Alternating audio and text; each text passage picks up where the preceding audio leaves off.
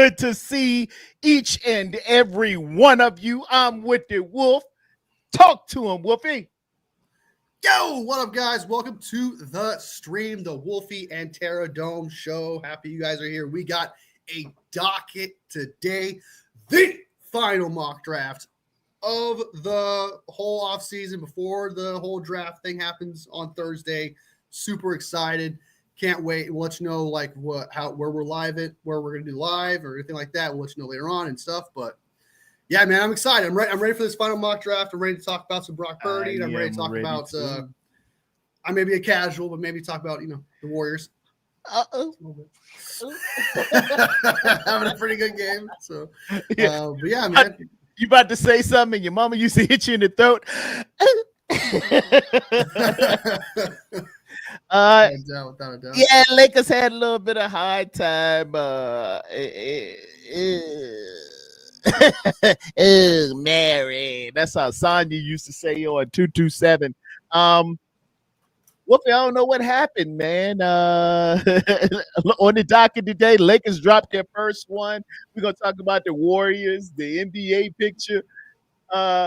Puka Nacua had been popping kind of smart. Him and Chris Sims. We're gonna talk about the draft. Draft. Oh yeah. It's some hateration, holleration in this dancery. Brock and Kyle and Brock's vision.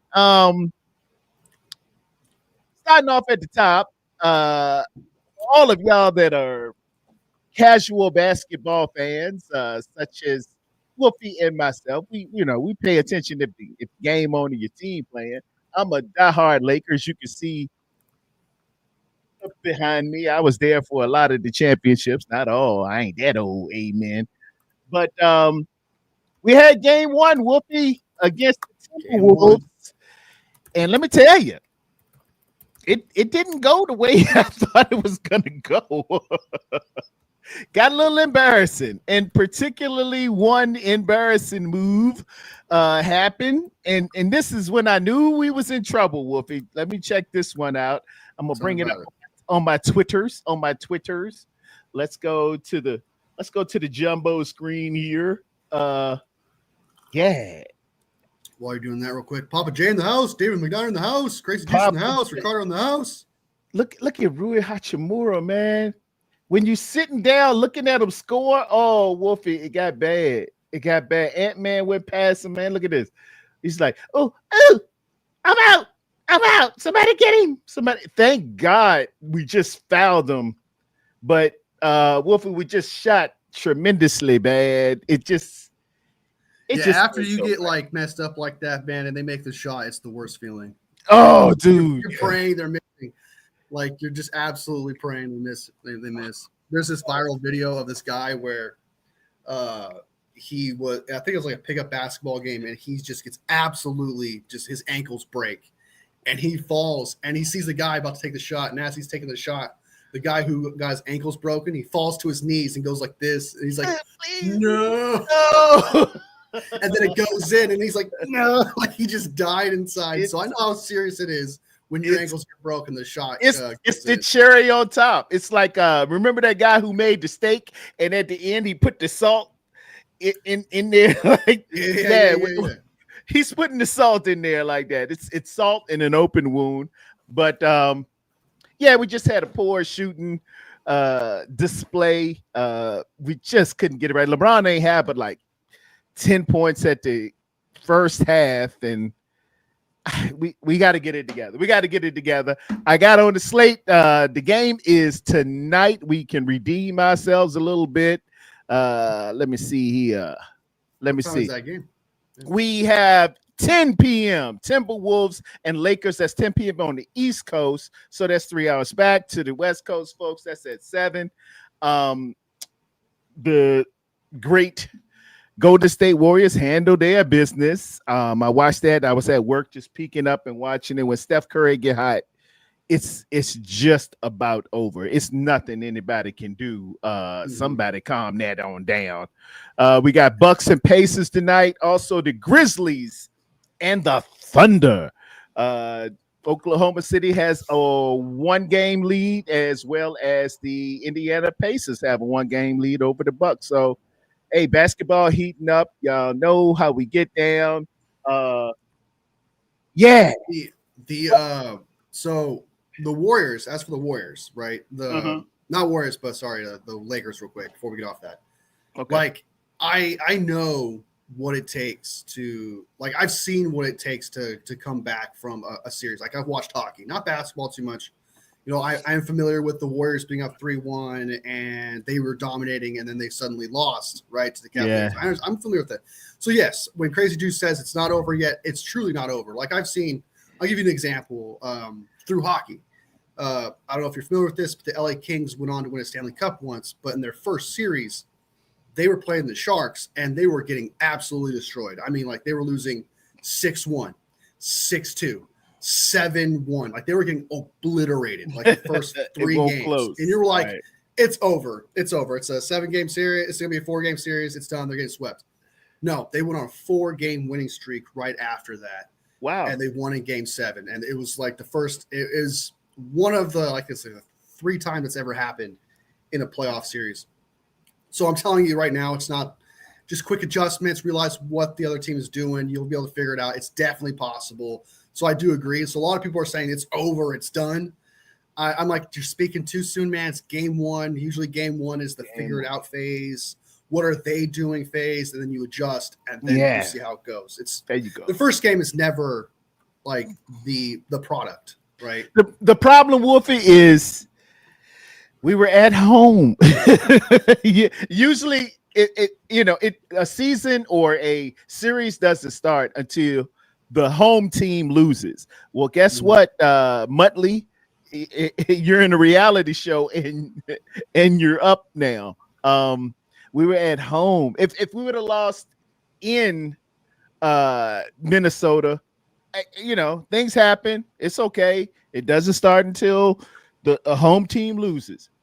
But when I start that thing off in LA and you come in and take my candy, we got to do some adjustments. It still can happen though. It still can happen. I might be the minority on this one, but I'm not a home and away kind of type guy. I don't think that impacts much. If you ask me, like if you were asked, I know that's a hot take. Like a lot of people would like, no, that's crazy. You want to hear the crowd and stuff like that. I'm like, you're gonna hear the crowd regardless, boos or yelling, because boos to me can make you want to play harder, play better. Yeah, encourage you. Like I want to shut these guys down. Yeah. While people getting excited, same thing. So I kind of feel like there's 2 things to take from it, regardless of wherever you play. But a lot of people don't believe that. They think like home field advantage matters. The only time it's fun I feel like with home field advantage is when the other team shows up more to your home game. So like the Rams, for example. With the Rams, like 49ers. That's like one thing you can talk smack about. For all you Rams fans, you know how it is. You know what we do. But with the NBA though, Wolf, this is how it goes, man. Your bench usually plays better at home. Your stars will carry it at away, and it's just overwhelmingly that way, or generally that way. It's always that bench is inspired at home. It's not so much your stars. Your stars are going to get their 20. The stars are going to get their 30. They're going to do what they do, but usually that bench, for whatever reason, feels better at home. You can't get much of them, or can't get much out of them in the visitors' stance. It just kind of always works that way. Not saying that it is, because I got Papa J in there saying Lakers. Not saying it's gonna happen, but usually there are always exceptions. I'm confident. I mean, I'm pretty confident. Like for example, isn't the Lakers? Like you could correct me if I'm wrong. Isn't the Warriors aren't they better away than they are at home? Like I think they've lost one playoff game at home one time. Like I think that was the Cavaliers one. Not home away game.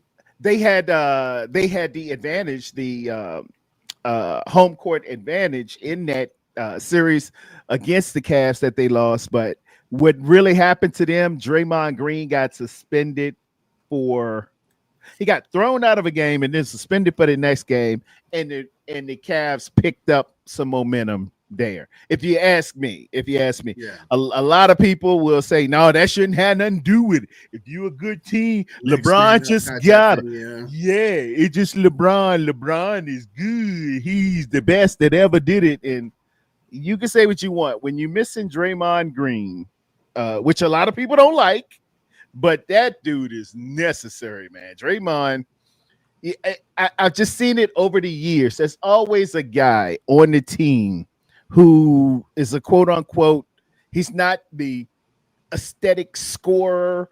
He doesn't fly through the air and make jump shot. He does the dirty work nobody wants to do. I seen the Bad Boys have Dennis Rodman and Bill Laimbeer, and then we play San Antonio. It was a cat named Bruce Bowen. He would just get on your star's nerves.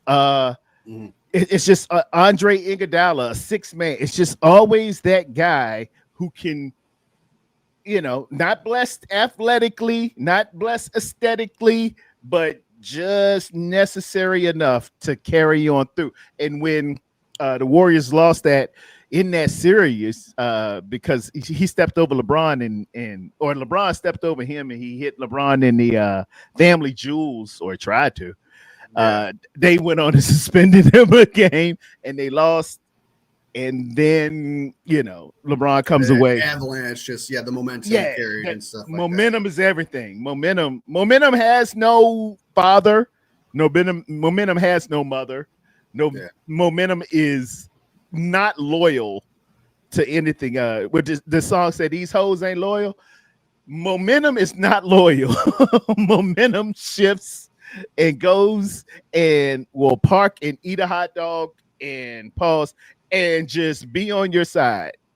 But you just got to get momentum, and when you lose momentum, I would say is loyal to consistency. Would you say that? No, loyalty. But I with the it just can shift. It just can shift. The slightest thing can just shift momentum. Shift everything. Shift momentum. 110%. She's a non-loyal girl. It don't take much. It don't take much. I know what she stays away from. She stays away from inner bickering. She stays away from guys who can't get it together, distrust, misinformation. She don't like that. But you don't open the door for her just one time, man. You're done. Yeah. Done. You're like, where did momentum go? Oh, she left me, man. She left me. She don't. No doubt. I can't trust her, man. She did it to me again. she don't care. I totally agree with it's kind of come with the Draymond Green thing where someone would say, well, next man up. It's just like, well, there is a limit to next man up. For example, like with Draymond Green, he's supposed to be, from what again, you can correct me, he's supposed to be like a defensive player of the year, MVP defensive player of the year kind of type player. Not MVP, but like for the defense. Like he's supposed to be like top tier, the best. So what is your drop off essentially from that? It's kind of like with quarterback. Like if you lost your starting quarterback and then you had your backup, you and I both know the chances of that team winning just drops immensely. Like, because it's not the same as like you lose your third corner. So next man up, you're like, okay, well, yeah, next man up, that guy, right? That makes sense to me. But like, what is the extent of that drop off that matters? Is how I look at it. For Draymond, he's the energy in the room. He's the attitude of toughness that this team has. I liken it to this. Our quarterback was in the Super Bowl and he performed okay. But the moment that Dre Greenlaw went out, didn't that shift everything? Dre Greenlaw's he's not a quarterback. He's not a prolific wide receiver. He's not the leading tackler, defensive player of the year, whatever. But it's the energy and the attitude, the aura. When that leaves, it can just. All right, guys, what we doing now? All right. You still gonna play. You're gonna play your best, but it's something missing. There's a secret sauce missing. It's the smoked paprika in the, in the ingredients in the sauce. Without a doubt. Yeah. Like in that game, he was able to, like, at once Dre Greenlaw was gone, like whatever Dre Greenlaw was in charge of, you noticed that Patrick Mahomes purposely went for that backup linebacker every single time because he knew it was like, okay, this is a huge drop off. We're gonna take advantage of it and we're gonna go score. And that's exactly what happened. The moment the moment Dre Greenlaw is gone, he knew it opened up everything. Yeah. Kelsey felt like, better. He said, "Yeah." He was like, "57's out. 57's out." Like he got all excited. You know, like a he was like, chicken. Yes! Yeah. Did you see that? 57's out. 57's. He didn't know his name, but he knew. Dang, this dude wrecking shop. He's making it hard. Interception that game. He was making tackles, dude. He was definitely the defensive player of that game for sure. Yeah. Yeah. If you wanted to give him MVP for that, like he would have been MVP.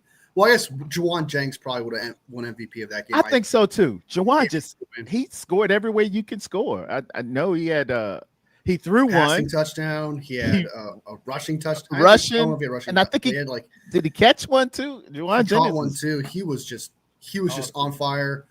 And it's like I'd rather have Brock win it, but like it was clear as day that Juwan was going to win. I would have been okay with Juwan when that's how the Golden State Warriors were with their first championship. It was Andre Iguodala that won the MVP. I mean, naturally, you wanted Steph to get it, and it should be Steph. But sometimes it's a guy that just steps in there and just has a game. It's a one-game award. So yeah, man. As long as I get my ring, we're okay. Everybody can get the MVP. You can give it to everybody on the team except me. Just give me my ring, and that will solve everything. It's the ultimate deodorant.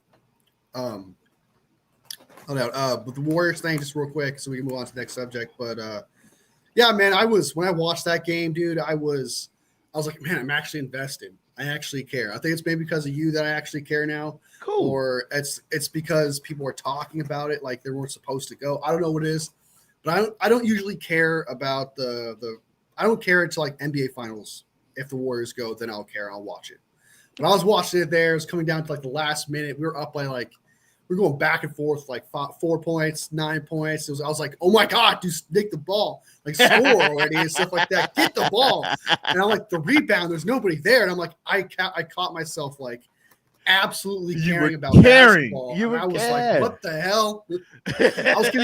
I was standing up being like, what was that, dude? And I was getting so pissed at the Buddy Held. Not Buddy Held. It was a lot of people say he's good. But that's not what I saw. It was Podomsky, the guy with the curly hair. Yeah. At the end of that game, he was driving me nuts, dude. And again, I'm a casual, so I don't know if he was actually playing good or not. But I was like, what are you doing? Look, you can't shoot, clearly, dude. I was getting so upset with that guy. But I was like, give it to Curry. Give it to Butler. Someone else. So I like it. I like it. You beginning to, feel what it is. And it's gamesmanship within that can relate to football a great deal. It's still trying to win and get the ball in the hands of your playmakers. That's what you want to do in football. Play defense. Same thing in football. I do this with baseball as well. Get the bats talking. Where's the pitching? Is that an error? First base? Sport altogether relates to one another. They're not the same. And, I'm not saying that, but you can relate to winning, doing your best, a set of rules, a field, measured or court, you're trying to win. And as long as your competitive juices and your competitive nature goes in your mind, you are gonna, what's good and what's not. So 100%. Like one thing that was driving me nuts, man, that I don't like about basketball in general, though, and it's just the fouling. I don't understand that, dude. Like a guy is just standing there, like you're the one that ran into him, and yet somehow he's the guy that gets the penalty. Like, I'm so confused. I'd be like, that doesn't, like, he's putting his hands up, and the guy with the basketball runs into him. And this was against the Warriors, by the way. So this would have been against the Warriors because Podomsky did that, whatever his name is. He starts and he runs right into the guy who has his hands in the air, and he falls back. And they're like, they were like, foul. I was like, how? He ran into him. And then they challenged it. I was like, okay, they're gonna turn that over for sure, right? Because he had his hands up. He was just standing there. It didn't and then go. No, it didn't get switched. I was like, how? I was like, this. What's a foul? If his feet are moving outside of that circle, hey, it's on the defender. That the defender has to get there and set. It's like being a defensive back. You've got to be in position and set before it's a foul. If you're still moving to the position a little bit, even though you're not touching them, you're impeding them, and they'll call a foul on you. Quickness is a premium there. It's just so I can just run into anyone inside the circle, and it's a foul. If they are moving, yeah, it's a foul. If they're moving, they have to set. They have to set. Now, if they're set and you bowl them over, now we're talking offensive. But other than that, man, if he's still moving, so if I'm the defender, okay, yeah. I'm the defender, yeah, and I'm about to engage the person, my feet can't be moving. No, you got to get to that spot and go up. If it's on the ground, but if it's up in the air, you got to go up and not touch him, but just touch all ball. And this is basketball. It's a high premium on athleticism versus football. Football, boxing, wrestling. I can put the tools on you and out physical you. I could be a grown man on you, but basketball, you really can't. So I can't have my hands up in the air, moving my feet like this. If you shuffling, just run into me. If you're shuffling and moving, even with your hands up, that's a foul, man. You impede. Are you serious? You're impeding me. Yeah, if those feet are moving, can't have it. That's actually crazy, dude. That's actually wild. Okay, I don't know if his feet were moving, but I'm pretty sure the guy was just standing there. And I was like. He was blocking. He was doing his thing. He was doing just fine. I was like, you ran into him, but apparently, okay, that's crazy. Okay, all right. I mean, yeah, man, defense is something else. I'm gonna be honest with you. I don't like that. I know that's the physicality. Yeah, it bothers me sometimes too. It's like, oh, look at this. We're stopping because the guy touched the guy. Oh my God. Oh wow. And in football, we didn't do that. You're encouraged. No, you better damn well put your physicalness on that man and affect this outcome, because we're trying to win the game here. You can't be, I don't want to touch him. I don't want to foul him. I know. I just feel like honestly, I think it would make basketball a lot more enjoyable if they were a little more lenient. Like you can get in the way of the guy and stuff, but I could totally understand the people who grab him or they engage and they like push him and stuff like that. I've seen things like that. Like, okay, that makes sense to a foul to me. Like, stuff like that. You're supposed to just get in the way of the shot. I understand that. But you're telling me I can just move my feet, not touch the guy, and the dude can just hit me and it's a foul. That's something that's crazy to me, where it's like, okay, that's a little too far. But I would definitely love the game a lot more if it was just a little bit more physical like that, a little more pieces moving all at once kind of type thing. It's kind of like in hockey and football, like you said, where pieces are just flying and moving and you got to keep track of everything. But if like one piece moves a little too much, that could be a foul. I think that's a little bit crazy. Like, we're not playing chess here. Okay. We're playing a physical sport. So I love it. We're not playing Parcheesi. This is a sport. Now, it used to be a lot more physical back in the day, but to encourage scoring, they made it less physical because we want to have more points, get more fannies in the seat, sell it. But I think don't people like? I don't like it when the game stops. And I understand that you want more scoring with the 2-pointer, like the free throws. It's important. Yeah, I get that, but you're stopping the game regardless, and then having everyone decide it's just a free shot. I don't find that entertaining. I don't find free throws entertaining. Maybe like the clutch ones where it's like, 10 seconds left. He's got to make these two to tie the game. Tie the game, That is something I understand intensity there, but for the rest of the game though, I'm like, you're stopping the game, bro. I want to see people moving. I want to see the intensity. I want to feel that at all times. And I don't feel that with the free throws. And yeah, not to mention, like, if I go play backyard basketball back in the day like I used to, like, you could move, man, stuff like that. You can get people's way. Like, why are you downrating the game? So, matter of fact, we played a game called Rough House. If we had an odd number of people, 3, 5, or 7, we played Rough House, and you had to play to 21. If you went up, you got a shot. There was a 2-pointer. You go back to the line and shoot free throws. And if you made all 3 of them, you got the ball back, and you had to go 1 on 5, 1 on 7, 1 on 4, whatever. And if you get to 21, it's called 21. You win it to a Rough House 21. And I just have the odd number guy just not play. And then whenever someone gets tired, you just have them come in.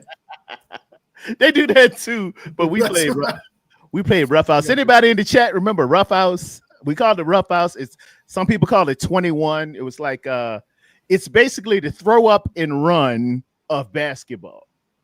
You ever play throw up and run when you were a kid? You threw the ball up. It could be 8, 9, 10 of y'all. You throw the ball up and you had to run a touchdown. Everybody could hit you. They had another name for it, but we ain't not gonna say that name because I want to get monetized one day. But it was smear. You can curse up until that point.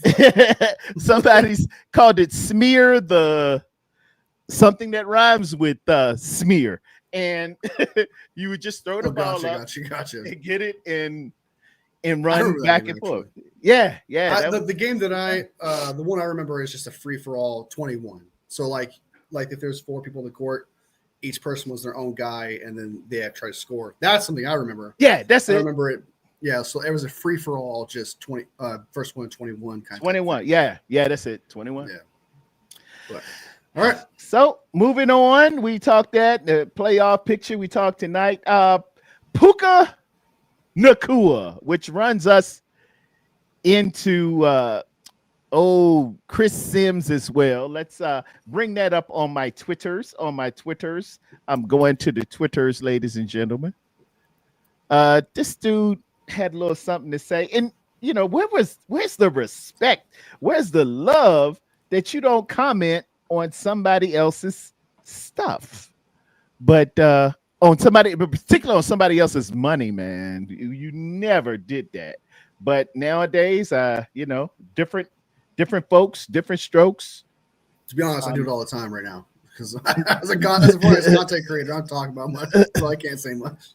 Well, as a player, you never commented on somebody else's loot, man. You never said anything. For sure. You just shut your mouth. And this was Chris Sims commenting on Puka Nacua. And can I give a shout out real quick to a couple people. Go ahead. Yeah, shout it out. Crazy Juice in the house, Jeff in the house, Rod in the house, Red Jet Shell in the house. Oh, they all got here. A full house. Da-na-na-na-na, full house. Tanisha, David Niner, Paul Hope. Appreciate y'all joining. Appreciate you guys. All right. Just want to give a shout. Just make sure everyone recognizes people. And this was them commenting about Puka Nacua, who said, I think if you pay Purdy $50 million plus, their window has closed as a Los Angeles Rams. And this is Sims. And was that Mike Florio commenting on it? And the thing that I think you and I have been saying, we're going to continue to say, is that the league, nobody looks at Brock Purdy and thinks he's a top 10 quarterback in football. Nobody. Yeah. With Shanahan as his OC and the 49er All-Star team around the last few years, yeah, he can look pretty damn good. He can look top 10-ish. But we just saw last year when the 49er All-Star team fell apart and got injured, 6-11, and we're talking about we're going to pay over $50 million a year, and that's what it seems like. So that's just, I think, the 49ers are in a tough spot in their organization. They do have a quarterback. He is their franchise guy, but I don't think he's worth being paid one of the top 10 quarterbacks in football. But they got a guy, and they believe in him. So I don't know what to say, and I'm not mad at them for that either, but it's a tough situation. And, yeah, I would not want to see them pay more than $45 million a year either if I was running the team or had say in it. And that was Mr. Sims. Go off, man. Go on. He was commenting. I'm gonna let first my shouting out his birthday, the great Jack Nicholson, who played Colonel Nathan Jessup on A Few Good Men, with the poster right behind me there, next to the Godfather. I'm gonna let him comment first, because these are my thoughts as a military man. Who the fuck is PFC William T. Santiago? Yeah. It's funny. Who is you to comment on the San Francisco 49ers? Because I remember you very, very clearly. You want your daddy, who has a Super Bowl ring. Let me run a little something. Let me take you back down. Let me get in my mini Ripperton machine and take you back down memory lane here. Because Brock Purdy came in prepared. Brock Purdy came in doing it. Brock Purdy came in and took us to a Super Bowl. And before that, an NFC Championship game where he tore his UCL, but came back in record time. Let's see you as a young, brash quarterback back in the day, Chris. Yep. Yeah, you're making me nervous. 10%. Hey there, Chris Sims. It's scatter to west right tight, F left, 372. Y stick Z spot. That's how you got to say it. Bill Walsh put it in years ago. We ran it in college. I don't know what you were doing, but apparently you couldn't get it in your rookie year, but you mad that my man getting it. And you mad that he took us to the playoffs. And you mad that he is number one in passing over 30 yards, air yards. I don't know what you people think, that you can just throw somebody to the heap and go out and get another franchise quarterback off of the franchise quarterback tree. This stuff don't grow on trees. Do you understand me? 4,280 yards is the record for a San Francisco 49ers quarterback. And that was all of them. That includes Y.A. Tittle. That includes John Brody. That includes Joe Montana. That includes Steve Young, Jeff Garcia, anybody you can name. Keep on sending these wannabes at him, and Brock is going to eat your lunch. So the next time you thinking about trading some, just shut your mouth, because you ain't got nothing to do with it. And Puka Nacua, what you need to be worried about is that window that's going to close. If this draft goes right by Friday night, and I get Andrew Makuba, and you run up on the other safeties that I got, that being one of Jameer Brown or Mustafa, we're going to have a little something for you too. Because the rule is you don't comment on somebody else's money. You don't know what our window is. You had a little successful year, and you've been running around real nice. It shall come to a close. I got somebody named the Hyena for you. I'm not going to forget.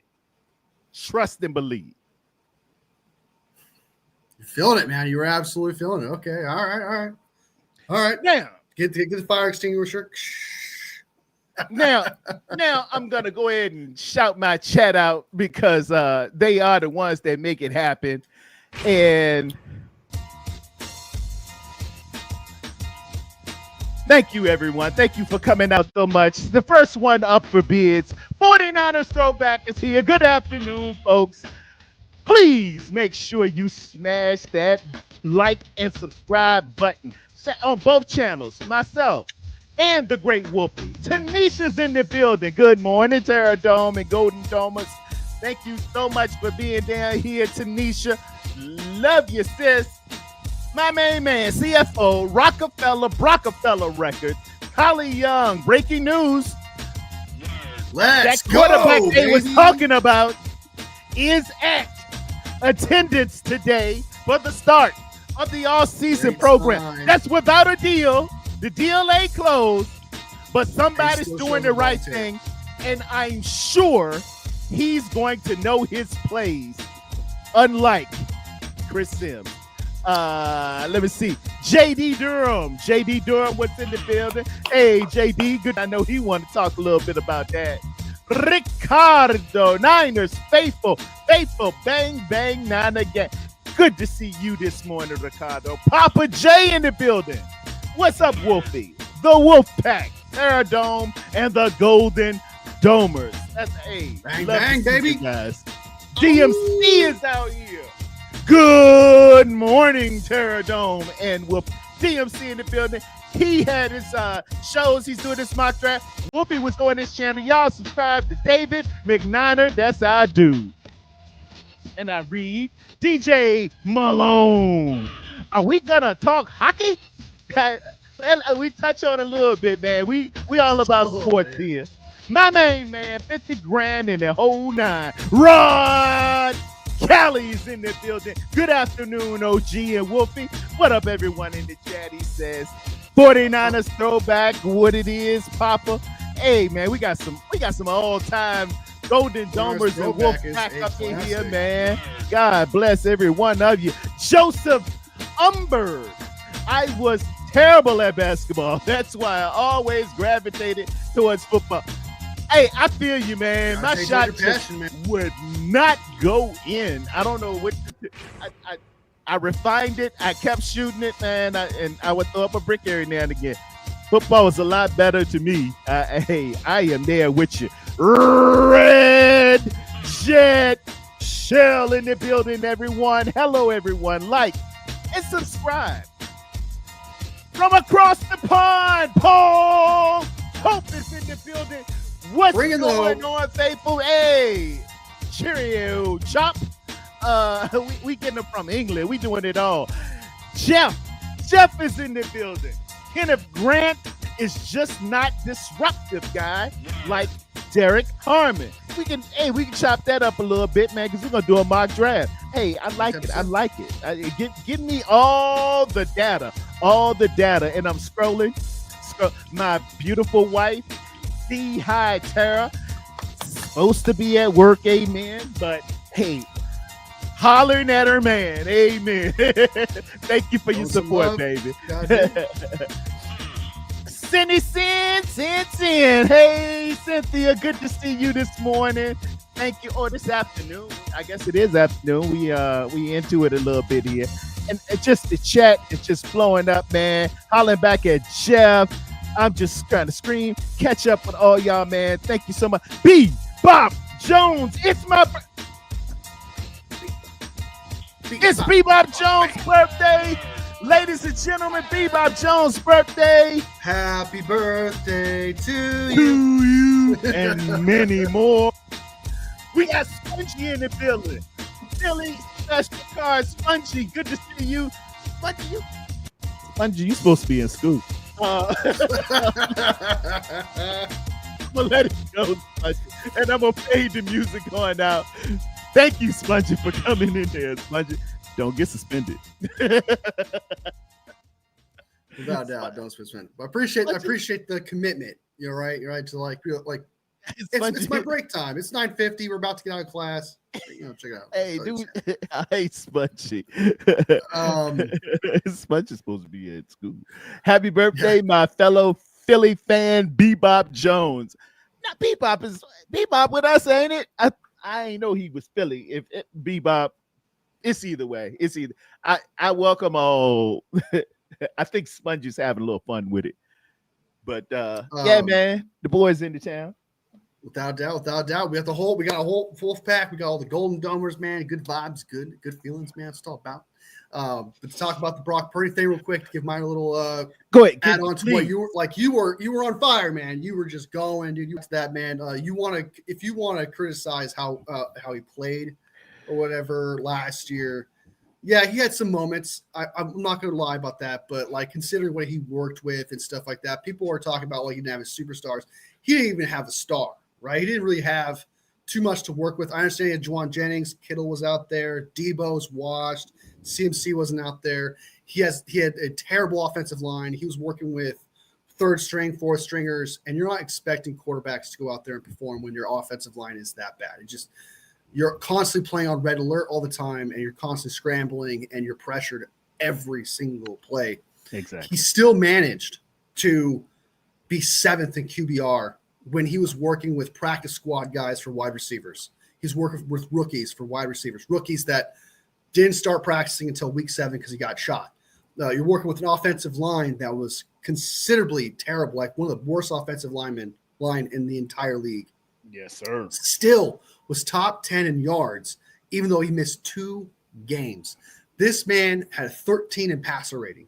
He was statistically, considering everything that went wrong for him in every single way for a quarterback, where he had to work with constant interchanging pieces all the time. We all know that consistency matters.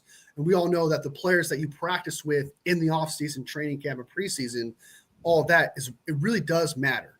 And it's like 1 or 2 pieces, I understand. But when like the whole offense is new people every single time, especially when your offensive line is literally someone you just picked up from McDonald's drive-through, and you're like, okay, I need you to play left guard. I need you to play left tackle. I need you to play center. I need you to play right tackle. When you have that happening, your quarterback's going to be in constant duress. Like George Kittle's great. Like I like me some George Kittle, right? But he has to play offensive line because the offensive line is terrible. There's no cohesion there. The Ayuk being out and the training camp issue, stuff like that, couldn't get that done. Pearsall didn't start practice until week 7. Do you understand how incredible it is that he was able to play as good as he did at the end of that year? Like, that is insane, actually. Yeah, man. Yeah. And then Juwan Jennings. I like me some Juwan Jennings. I do. Like, I think Juwan Jennings is great, but he's not your separator. He's your 50-50 ball. You trust him to get the ball kind of type thing. So Brock Purdy had no route runners out there. He had nobody out there that gets any separation. The Brock Purdy literally had the worst separation in the NFL last year. I think it was 31 of 32, or it had to be 32, which either way, it ain't but 32 teams. Yeah. So if you want to, for the fact that, like Papa J, it's incredible he's even alive right now. The fact that he was able to amass a 7 QBR, and in case you want to know what QBR is what you contribute to the offense as a single individual as a whole. So that means he contributed more so than most quarterbacks ever did, while dealing with players that get no separation whatsoever. He still managed to be an accurate quarterback, contribute to the offense, and get it done. So for him to say that he played bad, yeah, he had moments. I'm not going to ignore that. Like, he had moments. But if you're telling me he was bad, like in general last year, absolutely wrong.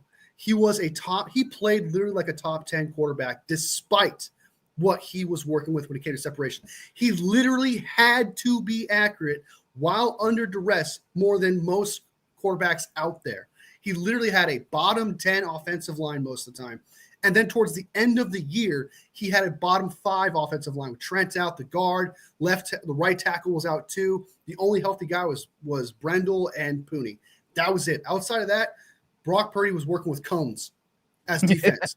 So this notion that Brock Purdy did not play good at all last year and that he was just bad is ridiculous.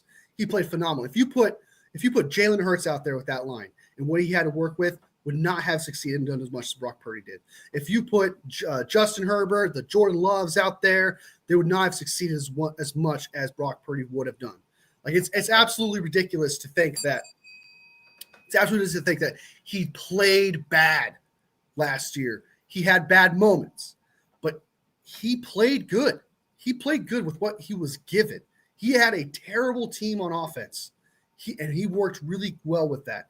Not to mention, he had a defense he could not rely on. He had no faith in that defense. Nobody had faith in that defense. So it's just like, so this notion that he isn't good or he didn't do anything and he was like a burden is ridiculous. You don't get 7 in QBR for doing absolutely nothing. You don't get 13th in passer rating for doing absolutely nothing. I understand that's not top 10, but now you're saying he's not even a top 15 quarterback or he's not worth anything like that. But if you combine the yards that he had, you combine the QBR he had and the pass rating he had, he played like a top 10 quarterback. So I think it's absolutely ridiculous for Chris Sims to say something like that. People are just taking this opportunity to jump on Brock Purdy because the record was 6-11. But was it Brock Purdy who dropped the ball against the Rams? Uh-oh. No, it was Ronnie Bell. It was a perfect ball. It was a perfect pass. He dropped it. Was it Brock Purdy's fault that they lost to the Cardinals? Absolutely not. There are games where Brock Purdy did everything he possibly could with what was given to him, and you asked everything of him, and it didn't work, and it just didn't work out because the defense couldn't get done, or a drop ball, or a muff punt.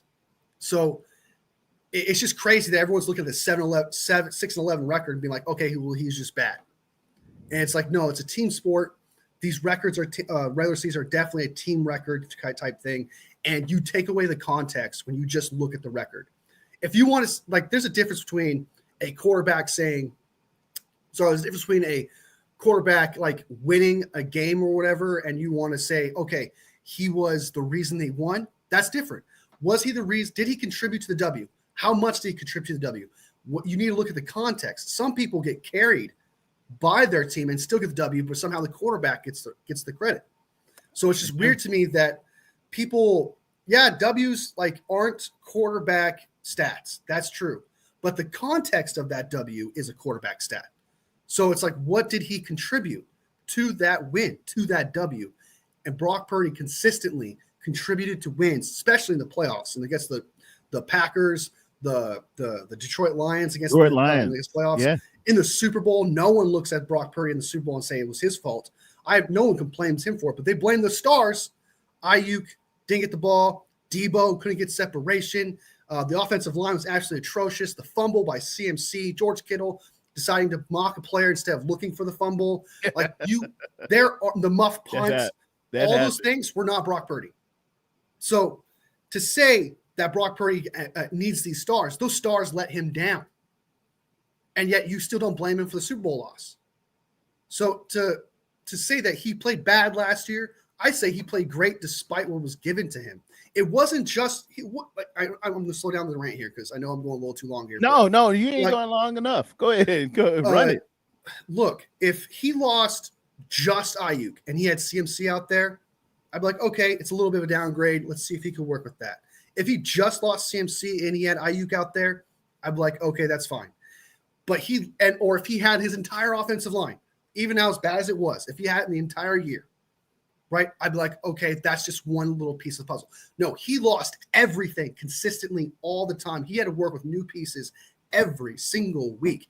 You cannot expect a quarterback to win and be consistently good when there's pieces constantly changing and changing and changing, and the game plan consistently changing and changing and changing because of these players that are getting hurt.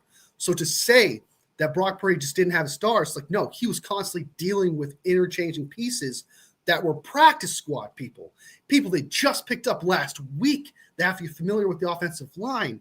Like the defense, don't get me started on the defense being absolutely atrocious. Can't rely on him. It's horrible. So Brock Purdy played good for what was given to him. And for him to do what he did, I'm proud of him. Again, he had bad moments. Yes. But I mean, for him, I'm not. It feels like an excuse when I say this. I understand that interception by the Rams is absolutely atrocious.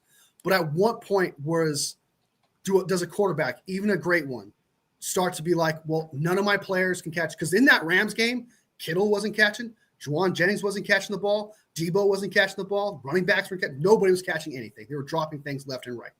At what point do you feel like, as a quarterback, with everything happening, especially Debo, that one drop going to the touchdown, Jesus Christ. But do you start to think, okay, I have to play hero ball. We're not winning this game. I have to play hero ball. I have to do it. That you snap and you make a mistake at some point because nobody's catching anything. No one, not even your stars that you claim that he needs, can't do it. So it's just weird to me that like everyone wants to put it on that one moment. And it's like, that was bound to happen. So it's just, I don't know. I don't think it's fair to put the entire 6-11 season on Brock Purdy's head to say it was 110% his fault. And like, that's the reason why we were bad. No, we were bad because of injuries, personal tragedies, holdouts, like things of that nature. We were literally the most, like statistically, we were the most injured team in the NFL. And people are like, oh, but the Lions were injured. Lions lost people At the back end of the season, on defense, they still had their offense to keep up with their terrible defense. Did their defense, tell me or not, did their defense allow more than 30 points after they got hurt? They allowed more than 30 points after they got hurt. When they were getting hurt, they weren't playing good, were they? So if you took that exact same situation, but also on offense, they're not scoring much points either. So when someone says, oh, but the Lions didn't, no, they didn't. They were terrible on defense. The Lions had to keep up with their terrible defense. And if you give them the same injuries to the Lions, they're not scoring those points. They're not winning those games. So it's just weird to say that, oh, well, the Lions didn't have an excuse. Yes, they did, because their offense was able to keep up with that terrible-ass defense. The 49ers had injuries all over offense and all over defense. Lions just had their one defensive issue getting hurt all the time, and the Lions offense, being as good as it was with Ben Johnson, was able to keep up with that terrible-ass defense. The Lions never once relied on their defense last year to be like, hey, they're injured, they're done, we got to get offense. And I know they were already a fourth down team. I get that part, like they would go for fourth down and stuff like that. But when they got hurt, they knew for a fact they could not rely on that defense. So like, okay, we're definitely doing fourth down all the time. We're definitely doing it no matter what, because that defense, we can't rely on it. So no, to say that the Lions did it, they didn't. It's absolutely true. It's ridiculous to say that. So I think Brock Purdy played good for what was given to him. He did make mistakes. I'll give you that. And I'm not saying he's a top 5 quarterback. I'm not saying he's, Josh Allen or Patrick Mahomes. But to say that, to do what he did and not be a top 10 quarterback, in my eyes, is ridiculous. It's absolutely ridiculous. Some people don't even put him at top 15. And I'm like, what are you talking about? No top 15 quarterback is doing that. Is not doing that. So, for example, if you got a top 15 quarterback and he's able to have 70 QBR and 10th in pass and yards after missing 2 games, having constant game-winning situations that are derailed because of some other person's mistake, you are a top 10 quarterback. You are like, what's the context of those losses? What are the context? There's literally only, I think you can correct me. There's literally only one loss that I can think of that I blame Brock Purdy for, even though the context of that loss, nobody was catching anything, was the Rams game. Like the Debo thing, I blame Debo more for the Rams loss than anybody else. But like the game-sealing interception was bad. That was like the one thing. The rest of the losses, though, I blame literally anyone else. So it's like one game, it's all right to be like, okay, you should have been played better on that one game. But so that's my round on that. Respect. I was going to show you the pass interference on said game because everybody tends to point to that game, and I had it saved and queued, and I've run it a few times, and even Greg Cosell has run it a few times in reference to there was a missed pass interference on that interception. The guy clearly interferes with Juwan Jennings, but it was a no call. They simply didn't call it. And if you know Brock, he's throwing to a spot. He's throwing with anticipation. He knows Jennings is supposed to be on that goal line on his 5th step drop. They practiced it time and time again. If anybody, he knows Juwan Jennings, and Brock was number 1 in go patterns in 2024. He was a 132 passer rating. I just had the stat up while you were talking. 132.6 passer rating against zone coverage. His dilemma was the 44.2 passer rating against man coverage. Now, how in the world is somebody going to be 132.6 leading the NFL, not just a couple, not just a few, not the conference, not the division, but the entire NFL at a 132.6. But then when they go man coverage on you, oh, well, he just can't throw. He got a noodle arm, 44.2. People, use your analytical skills. I remember I was trying to help this guy work out, man. And he had what we call prison muscle.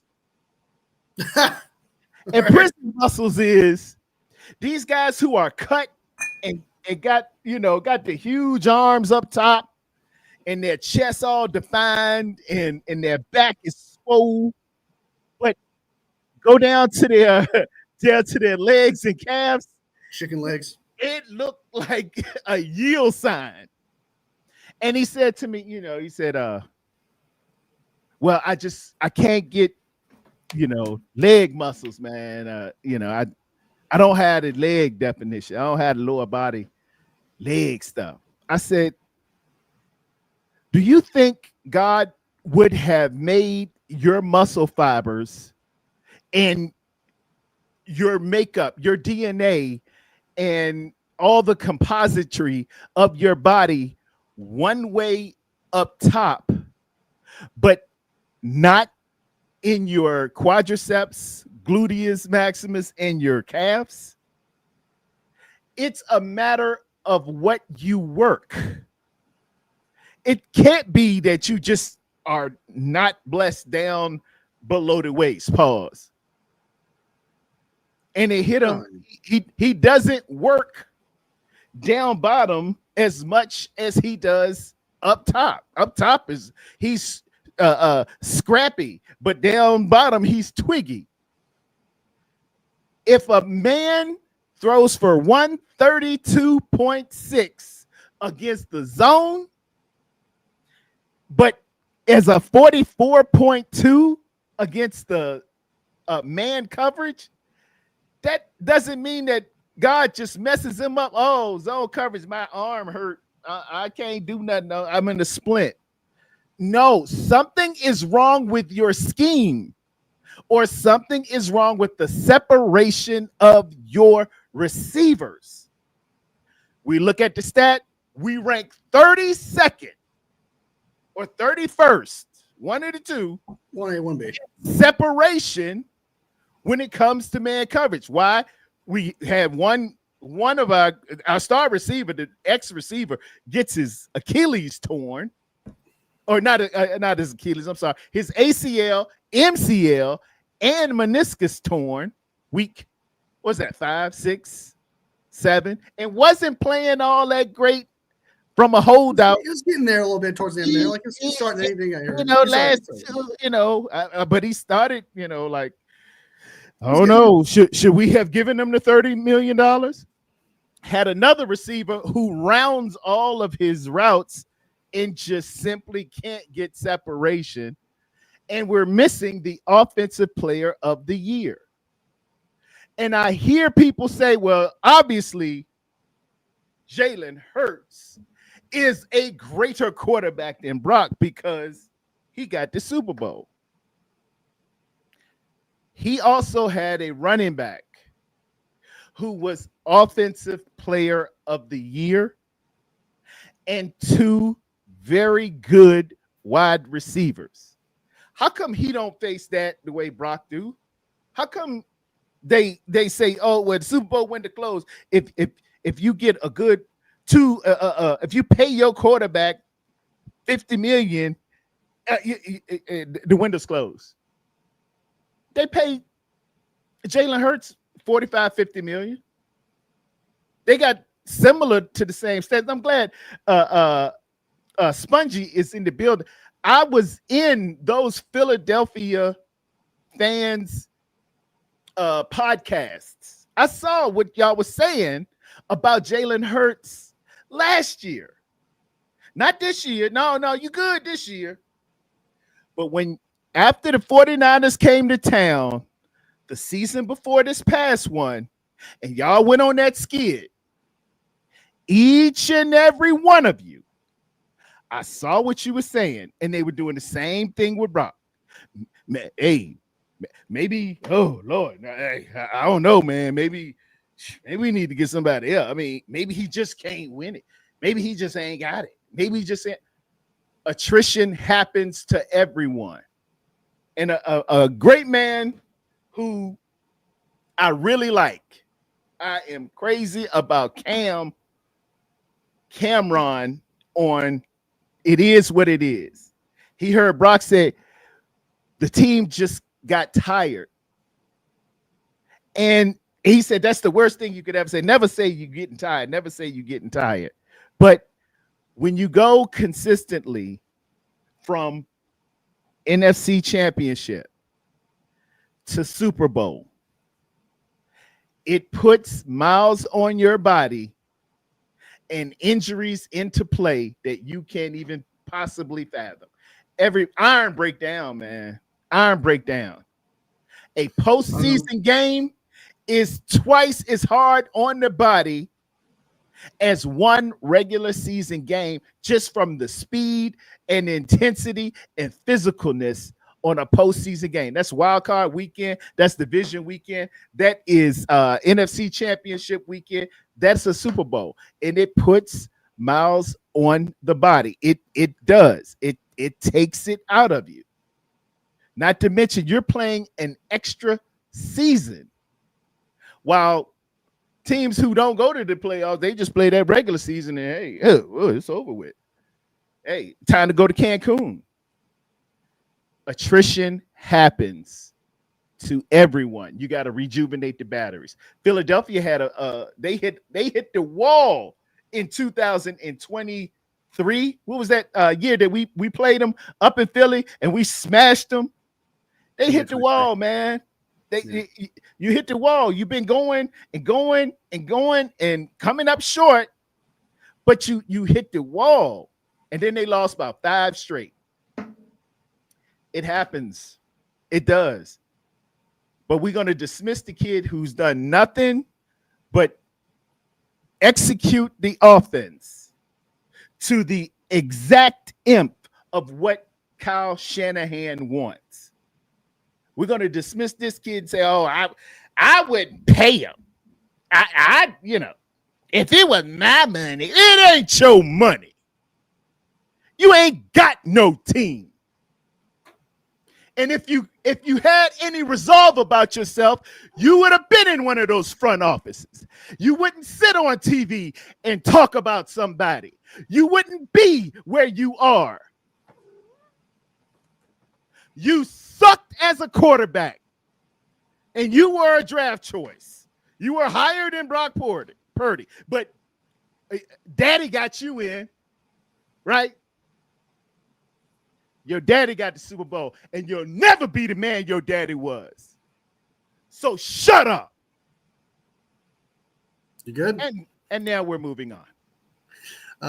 Real quick to add on top of that, the roster that the roster that Jalen Hurts had is, I think, honestly, 2 folds better than what the 49ers said. I won't say 10 folds. I'll say 2 folds. One, they had a number 1 defense. Right? They had number 1 defense. That helps. The 49ers did not have that. They did not have that when it went to the Super Bowl. You said that their wide receiver core could beat man coverage. And that's how the 49ers weren't able to, because they didn't have anybody beat. The wide receiver core that the number Eagles 1 guy and the former Heisman Trophy winner from Alabama beat man really good. Like they had pretty nice. Yeah, they had pretty good players. They had the best wide receiver core in the NFL last year. They had a Hall of Fame running back in his prime, like generational running back. They had a top 7 tight end who was top 5 in separation last year. He was good. They have a generational, historical offensive line. Their offensive line was not only number 1, but it was historically great. That offensive line is the best number 1 offense, like, in years. And that offensive line coach, his name is Jeff Stoutland. I know because I go to him on YouTube to look at his drills and what he's doing and how he gets the best out of people. Jeff Stoutland, best in the business. So that the Eagles literally had a God tier team. And what about that is, like, they had the best of everything. The only thing they didn't have the best on was the tight end. And the tight end was still a top 7 tight end in the league with top 5 separation, means they can actually separate. So not only did Jalen Hurts have more separation, more ability to throw the ball and miss. Like he didn't have to be accurate. Didn't have to be. He had more time than any other quarterback ever to throw the ball. He had the best running back to where the defense for the Chiefs just had to focus. They had to focus on one, the passing game or the running back of Saquon, which they decided to focus on Saquon. So there was nothing that the Eagles were deficient on in that Super Bowl. There was nothing there was no holes whatsoever in the Eagles offense. For Brock Purdy, though, the defense was not number one. We had Steve Wilkes, which I want to say was like a top 10, still a top 10 defense, but still wasn't the best or nearly as great as the Eagles defense was. They had significantly better separation than Brock Purdy had to deal with, because all the Chiefs had to do with the number one defense, because the Chiefs had number one defense at the time, all they had to do was man coverage, because they knew that no one can separate. That's what stopped Brock Purdy from making plays, because no one could separate. Debo got the ball 11 targets 11 because he could not separate. 11 targets. Could not separate. No offense to CMC, but he was not Saquon in the part. He was not Saquon in the playoffs. He was not the same. He was okay, right? It was Brock Purdy who was the reason why we beat the Green Bay Packers. The reason why we beat the Lions. It wasn't because of CMC. So you had, and then the offensive line. Like, don't get me started on the offensive line. Like, I guess I will, but like the offensive line for Brock Purdy was a 20th esque offensive line. The offensive line was so bad. It was a bottom 20 offensive line. And people are like, oh yeah, Trent Williams. I'm sorry. An offensive line is 5 players. Great. One guy on the far left side is really good at his job. The rest is not. So it's just Brock Purdy had holes had to deal with, and still went into overtime. Not to mention, a lot of things went against the 49ers to lose that game. The muff punt, CMC's fumble, the Dre Greenlaw injury, the missed thing from the offensive line, which was already terrible. Chris Jones coming at Brock Purdy. The no player could get separation whatsoever. Like, it was that bad. The Eagles, however, had no holes anywhere. So to say, to be like, oh, well, Jalen Hurts got Jalen Hurts. It could have been Daniel freaking Jones at quarterback, and they would have won that Super Bowl. Then people say that, oh, well, Hurts got the MVP. I'm sorry. The only reason why he didn't get MVP is because you can't give the MVP to an entire defense. That is the only reason why. Because that defense held him to 0 points and would have if they played the entire game. Meaning, if you put Daniel Jones back there, Bo Nix, you want Mac Jones even, all you had to do was score 10 points at most, and they would have won that game. So Jalen Hurts was not a non-factor in those games. It was the defense, their wide receivers, tight end, offensive line, and their running back. It was the reason why they won all those playoff games. It was the reason why they won a Super Bowl. Jalen Hurts was absolutely carried throughout the entire thing. They almost lost to the Packers because Jalen Hurts was so bad. And if it wasn't for the turnover from the kickoff that they got the fumble on, and it was at the 20-yard line, Jalen Hurts had 7-8 seconds to throw a touchdown pass. He literally had 7-8 seconds to throw a touchdown pass, and he got the touchdown. That's a touchdown right there. Got 7 points. The next up was a check down to Dallas Goedert, who broke multiple tackles to get the touchdown. It was literally Jalen Hurts was literally holding them back from winning that Packers game. So I want to say this real quick. And another thing, I'm not going to put down Jalen Hurts. I am crazy about Jalen Hurts as much as I am Brock Purdy. They virtually the same guy to me. They virtually the same. Both of them played in the Big Ten. I got not a TikTok, but a short showing you the similarities between him and Jalen Hurts from playing in the Big 12, both recruited by Alabama, 6'1", both 220, around 220. A 155 split on their 40-yard dashes. But I have to acknowledge the fact that the Philadelphia Eagles and that coach that I don't like, he's got a face that you want to punch. He's got a punchable face for sure. But they ran that ball and they committed to that run 44 times. And only passed 22, which is our prerequisite formula to winning. We flipped it and did it in reverse. And you can't do that. You just simply can't. You're predicated on the play action to create separation, to create yards, to get those linebackers to come forward so you can have space behind them. Kyle Shanahan, you did a horrible job at play calling. And your pass designs are not set to get separation. You should be running mesh. You should be running scissors. You should be running rubs. You should have your receiver run through the stem of two receivers. I will go to my grave telling you that. It's only two ways to beat man coverage. You run them through two stems. That's how you do it. And the other is just find the mismatch of the guy that you know that can shake the guy that they got on the other side. I will illustrate this and show this and give you coaches that have done it and made mundane quarterbacks look good, namely Urban Meyer. Go ahead, continue what you were saying there, Wolfie. I'm done. I just want to when the argument that Hurts the only thing we disagree on is I think Purdy's way better than Jalen Hurts is. Jalen Hurts is a better running back at quarterback, but if you're talking he's actually the quarterbacking of the aspect of it all, I think he's a top 15-ish quarterback when it comes to quarterbacking, right? That is, I think he's that, right? But to come back to the whole thing is Jalen Hurts was never a reason why they won any of those playoff games. It was never a reason why they won a Super Bowl. Okay. Brock Purdy, though, was a reason they won playoff games. Brock Purdy was the reason they were in the Super Bowl. So it's just weird that people want to say, well, Brock Purdy lost the Super Bowl. Brock Purdy was the reason why we even came close. Brock Purdy was the reason why we even won against the Packers, against Detroit Lions. There is no game in that entire playoff series in that entire 2024 playoffs where the Eagles were going off that you would say, oh, Jalen Hurts was the reason they won that game.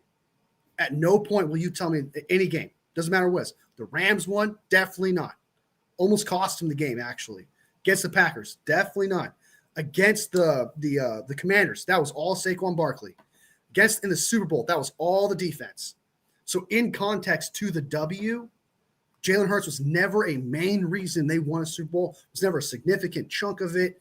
He just had to play game manager. He just had to be a top 15 quarterback that just threw it to his stars, and just that's all he had to do. Just not make mistakes. He actually made a mistake. He threw a terrible interception. Granted, he was getting hit, but I've seen Brock Purdy also almost get hit and throw the ball and still make a complete pass. But I digress. He threw a terrible interception. You know what happened? Their defense got it done. Stopped him. Their defense covered all the blemishes that Jalen Hurts had. Whenever he made a mistake, that defense stepped up and stopped him. So it's just for the comparison of Brock is and people are like, oh, I get it all the time. A lot of people give me shit all the time. They'd be like, you're crazy thinking he's better or anything like that. I get that. But I'm standing on what I'm saying here. Brock Purdy was reasons why they won playoff games. Jalen Hurts has never been a reason they won playoff games. So it's just and that's a big deal to me. Can this dude win playoff games? Is he a reason to win playoff games in context? So it's just weird that you want to say this guy's not a top 10 quarterback, but yet he could be a reason to win playoff games. It doesn't make any sense to me. I'm sorry, but playoff games are more important than regular season games. So I got Purdy over Hurts for sure. If you put Purdy on that Eagles team, they win the Super Bowl. They win that Super Bowl. It's you. And if you told even Eagles fan that, they would have to agree with you on that, because there's no way that you thought to yourself that best offensive line, best wide receiver, best running back, top 7 tight end, the best defense in the league, no blemishes whatsoever, that you're going to tell me that Brock Purdy wouldn't have won that game. Because all he had to do is score 10 points. And at the end of the day, that's all Brock Purdy would have done. So that's why I say like even a backup quarterback could have done what Jalen Hurts did in that entire playoff run, because all you needed was a game manager, someone who just took care of the game. So that's how I feel about Brock Purdy and stuff like that. And Khalil says Wolfie, to be fair, Hurts was a solid versus Kansas City last year. Yeah, you just needed to be mid. You just needed to be solid. You just needed to be okay. You can make a mistake here and there, but you just couldn't be the reason they lost. You just couldn't do that. And that's all Jalen Hurts had to do. And even if Jalen Hurts did make mistakes, like if he threw 3 interceptions that game, they would have won because that defense was so damn good. So he didn't have to be that good. And I'm not saying, and some people think that just because I'm calling Jalen Hurts mid, I'm calling him bad. No, I'm literally calling him mid. Like he's just that 15 quarterback. If you ask me to do quarterbacking, he's your top 15 quarterback. If you ask to do that. Can he do running? Is he a running back? Can he do those things like that? Totally agree. I think he's better than Brock Purdy at that, for sure. I'll give you that. But if you mix a good running back quarterback with a top 15 mid quarterback, then yeah, that's solid. But if you're asking me, like at the end of the day, you take away that running game, you take away all that stuff from Jalen Hurts, Brock Purdy is going to outperform him as a quarterback. And I understand that Jalen Hurts has a better arm. I get that part. But Brock Purdy is significantly more accurate, can actually read a defense, can actually read a blitz, throw off platform a lot better, and his anticipation's way better. And that's what you need from a quarterback. So we don't want a whole other tangent about like it became like defending Brock Purdy to comparing Hurts and Brock Purdy. So it kind of changed Hurts, here. I get that. I'm gonna when, reiterate, y'all. I like Jalen Hurts. I do. I think these guys are very, very, very similar, which I can really, really show you. I know the aesthetic is one is black and one is white. but if you look at their makeup, if you look at how they are good leaders of men, they are devout guys. They both went to Big 12 schools. They played in the Big 12 championship against one another. Do y'all know that Jalen Hurts in college threw for 81 touchdowns? Brock Purdy threw for 80. In his years at Iowa State, they had to play Oklahoma. They had to play Texas. Brock Purdy went to the Big 12 championship against them. And here's the difference here. Jalen Hurts had CeeDee Lamb. Before that, when he was in Alabama, Jalen Hurts had some incredible receivers. And I ain't going to take nothing away from them. They had a lot of receivers. Go back and look. They had first-round draft choice receivers at Alabama. Can any of you, including you, Chris Sims, including all you Brock haters, which I call y'all ABBA, anybody but Brock a-holes, yeah, can any of y'all name Iowa State's receivers when Brock Purdy was there? I'll wait.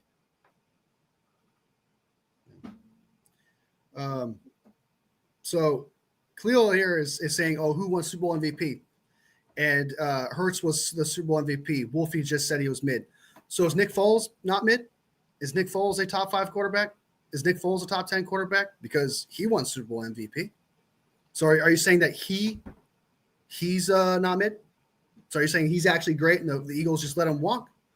Also, do you think that maybe they gave him the Super Bowl MVP because the defense, you can't give the entire MVP to an entire defense? And then just because he was able to, Jalen Hurts had all the time in the world, comfort. He had comfort to throw it to A.J. Brown. You can't give MVP to an entire wide receiver core. You can't give MVP to an entire offensive line. So give it to one player. You're gonna, and then not to mention, a lot of people, MVP doesn't mean that you're a great quarterback or you're a top 5 quarterback. It's a one game award, and they gave it to a guy who did not deserve it because he was not the reason they won the Super Bowl. Nobody can make an argument that he was the reason they won. So it's just weird to say that, oh, he won Super Bowl MVP. A lot of quarterbacks win Super Bowl MVP that are not top 5, that are not top 10. They are mid quarterbacks or backups even, like Nick Foles being one of them. So to say that MVP mattered there is ridiculous, and that's what makes him a not mid quarterback. You need to understand that Nick Foles also won, and he's not a mid quarterback. Not even close. Not even top. He had a good Super Bowl. He really did. Yeah, you're gonna that's what I'm saying. When you opened it up, when they scored and he threw the guys open. I can't take nothing away from Jalen Hurts, and that's not what I'm here to do. Jalen Hurts deserves his $45-50 million a year, and so does Brock Purdy, is what I'm saying. And for anybody out there who says, well, if you pay Brock, your Super Bowl window is closed, you'll never get good players. What player are we missing right now that if we pay Brock, we can't get? You can get the players you're gonna get. What are you? Why are y'all saying this insane stuff? That's just up on Parag to make all of these adjustments and get the contracts right. You know, we got a draft coming up. We got receivers that can get chosen. It's not like, you know, oh man, the reason why y'all can't get Jamar Chase, Brock Purdy getting too much money. Oh, you know, the reason y'all can't get Justin Jefferson, Brock Purdy getting too much money.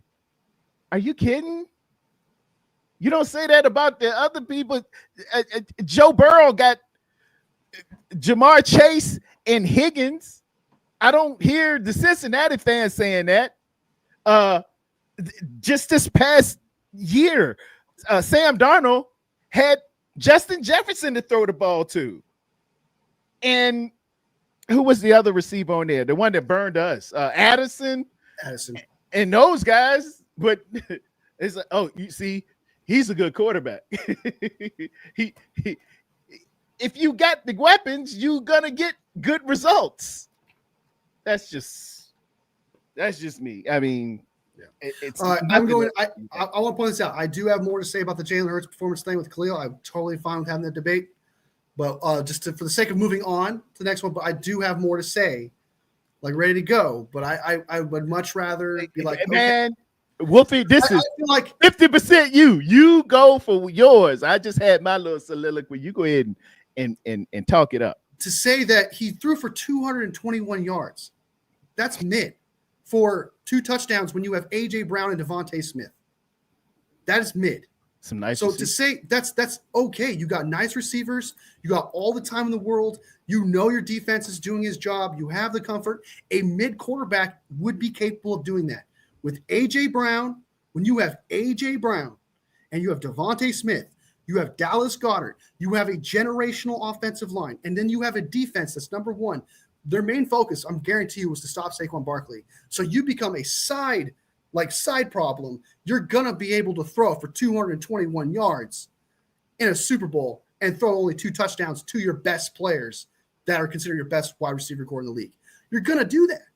A mid quarterback would be able to perform that and be able to do that. And then you'd be like, oh, the rushing thing was a tush push. So we're talking about tush pushes now. Okay. So apparently you get credit for just tush pushing. Okay. I'm sorry. That's ridiculous.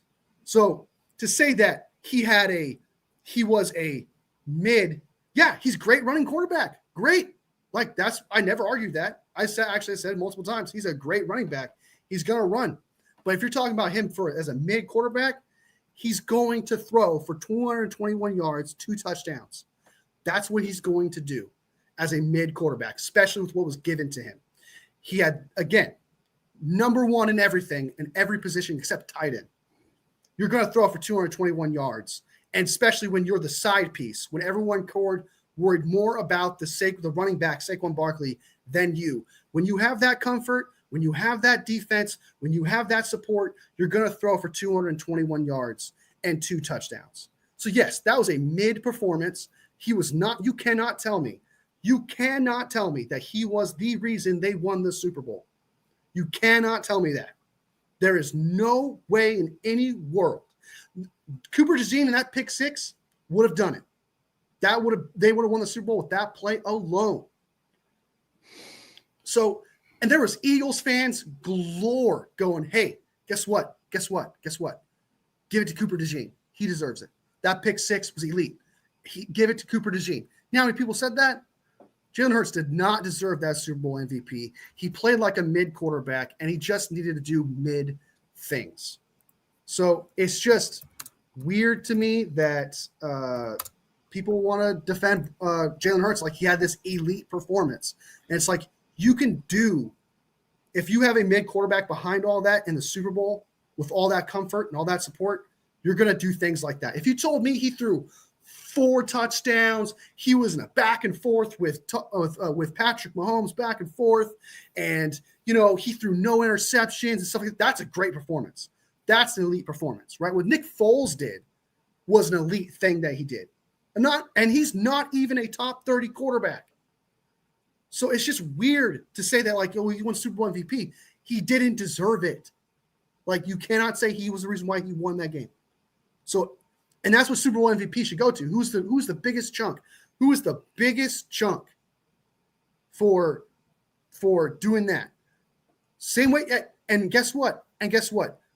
Jalen Hurts had the tools and had no holes.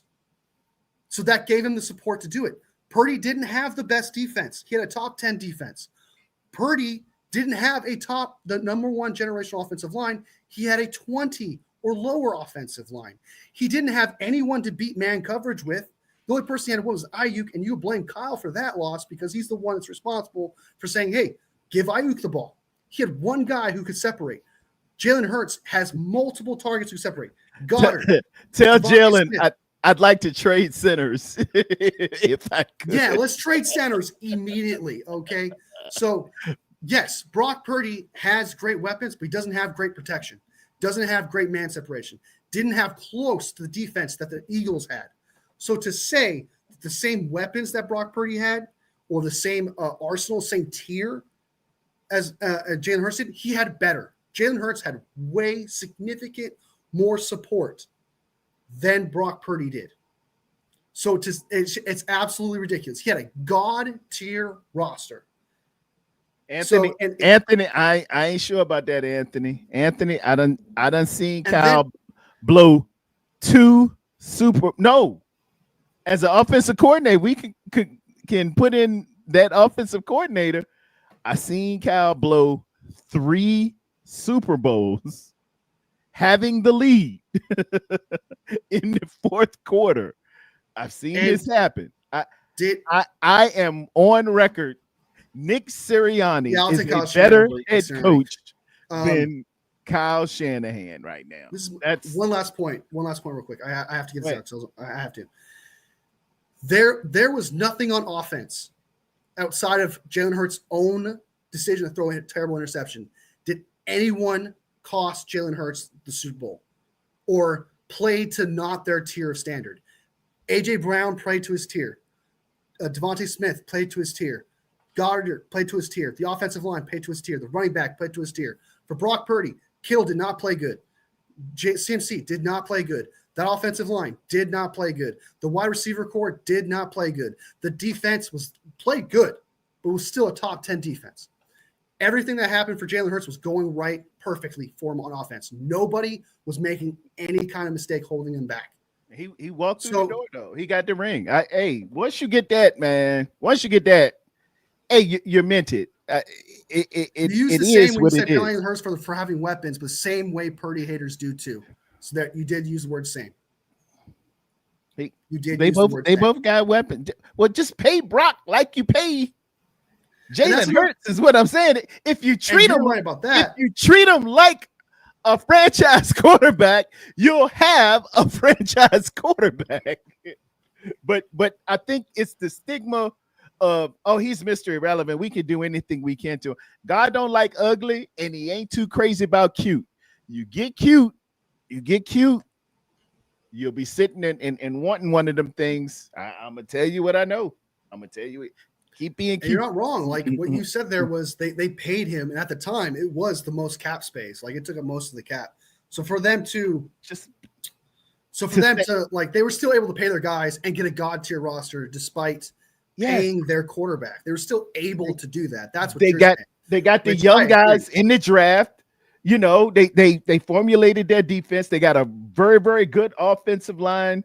You were able to go and get these young kids, man. The kids from Georgia, they got every Georgia Bulldog you can possibly get your hands on. They wanted that championship pedigree, and they executed. I'm not gonna say nothing bad about the Philadelphia Eagles. I am nothing but congratulatory on the Philadelphia Eagles for your game planning, your execution, and how you set it up.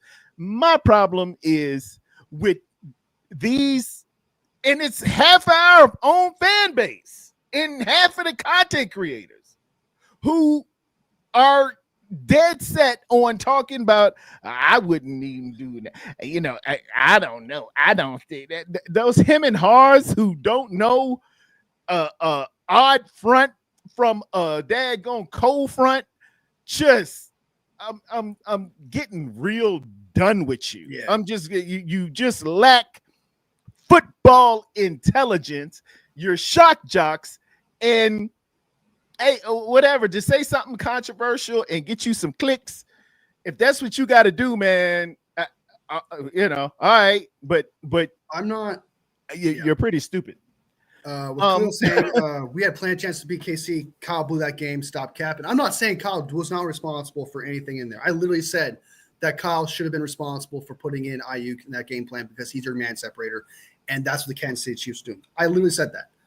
But, however, there were other variables as well. You cannot just put it all on Kyle because he wasn't the one that fumbled the ball. He wasn't the one that ignored the fumble ball because he wanted to taunt somebody. He wasn't the one that didn't block Chris Jones. He wasn't the one that muffed the punt. He wasn't the one that injured Greg Greenlaw's knee. So it's just to put it – I'm not saying it's not Kyle's fault at all. Like I'm saying like he does deserve credit for that loss. Like I'm saying that. But to put it all on him, like it was 100% his loss. No, the entire team was trying to lose that game. That entire team was doing everything they could to not win that Super Bowl. So to just put it all on like Brock or Kyle is not logical because that muff punt could have been different. We were holding them down until that muff punt happened. Gave him short field, that muff punt, you gave Patrick Mahomes a short field. You just playing with fire there. You know, just who muffed it? I think it hit Luter's foot, right? And Ray McLeod tried to pick it up or tried to run with it instead of falling on it or something. Yeah. You know, and we're gonna run that nightmare on over again. We just got to look to the future.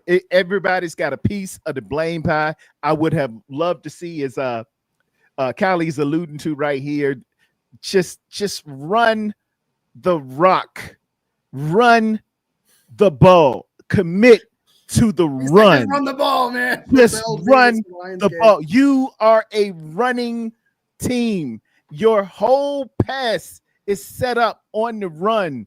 Everything has to. Do y'all realize this? I'm gonna give y'all this. I'm gonna give y'all a little. I'll let you go after his restroom. I'll let you go. Go ahead. I'm gonna give y'all some free chicken. I'm gonna give y'all some free chicken right now. I'm gonna give you some free chicken. Free chicken. Let me take this down real quick. And let's go here. These are your basic protections in football. Yes, sir. Check them out. These are your basic protections in football. You have a full slide. You have a slide lock. You have a half slide. Then you got Bob, which is big on big or straight man, right? Then you got two other protections. and they are rolling out or play action. These are protections. These count as protect. The play action is a protection. You you fake it, which sets the linebackers up to Sam and the Mike. They jump towards and have to respect the fact that you had a play action right there, and it counts as a protection. Rolling out gives you space, and sometimes I done seen Peyton Manning and I'm pretty sure Tom took it from him, where the rollout includes a pull by a guard to get over here to give you extra protection. It's a protection to do the play action. And if that is a protection, why are you running empty sets? Why are you running empty sets? That's all I'm saying. You're running empty sets, which there is no possibility of protection. You've limited yourself on a protection. Why is the play action so effective? Because you ran the ball and made it feasible that you need to respect the run. If Kyle don't run that rock, and I'm a defense with some sense, like Spagnola or my man in Baltimore, he's in Seattle now, Mike McDonald. That's how we lost that game Christmas night. You out here trying to just throw yourself into oblivion. But defenses who have that salt know you have to respect the run, and your whole game is predicated on the run. It is. You can throw anybody you want back there. You can throw Jalen Hurts. You could throw Josh Allen. You could throw anybody back there you want and say, hey, just empty set, throw it. Just throw it. Just throw it. Get a big arm. Throw it 9 miles and throw it out of the stadium. Brett Favre had a huge arm. I can't stand that moron. I never liked Brett Favre. And the truth will come out. You know, God don't like ugly, and he ain't too crazy about cute. Y'all see who he really is, don't you? But Brett Favre could throw it out of the stadium. Oh, that big arm. Oh my God. And let me, hey, can I say this too, Wolfie? Sure. It's a little feminine, y'all talking about that big arm thing. I'm just saying. Little feminine energy. All y'all that saying that, oh, he's got a big arm. Oh, big arm. You might want to, you know, I ain't saying it's bad to be a woman. What's going off, man? But it's a little feminine. And if you need to talk to me about it, you can talk to me. I'm available. Tarrerdome is here on Tuesdays and Thursdays. Feel free to come on in. Just saying. Yeah, the big arm thing, I think is I just refer. I have one argument and it's enough. Tom Brady, Joe Montana, and Peyton Manning. That's all I have to say. Drew Brees. Give me accuracy any day. I had something set up for you, Wolfie. Let me. I just got to get this one off, man. Because what? We gotta get some mock draft because we will definitely get in that mock draft right after this. This is the infamous play. This was let me take this off the screen. This was that I think it was a Monday night or Sunday. It's Thursday night football. Rams versus 49ers. The game is 9-6. I think it's 5 minutes and 21 seconds left in the fourth quarter. And here is the play as it is seen by the casual observer. They're like that. All right, now we're looking at the all 22. All right, you see Juwan Jennings is the ex receiver here, and can y'all see that? Oh, look at that. All right, that's Juwan Jennings. He's set to the outside. He is the number one receiver in what we call a duo set. Duo means the inside guys are back, the outside guys are on the line with Deebo Samuels on the top. in a similar duo set. It's 2x2, middle of the field. We run it. All right, Juwan is doing a stutter go. He's put the stutter down. Now he's trying to go. As you see, this defensive back is set. His butt is set, and he's lowered his hips. He's cooked. He's cooked. Yeah, if Juwan could get by him, he's done. He's done. Look at those checkdowns, though. Look at those checkdowns, man. That hurts. I got you. Go ahead. I know. I just see it. I'm just saying. I know. And everybody say, "Oh, you could have went here. You could have went here." Look, they're wide open.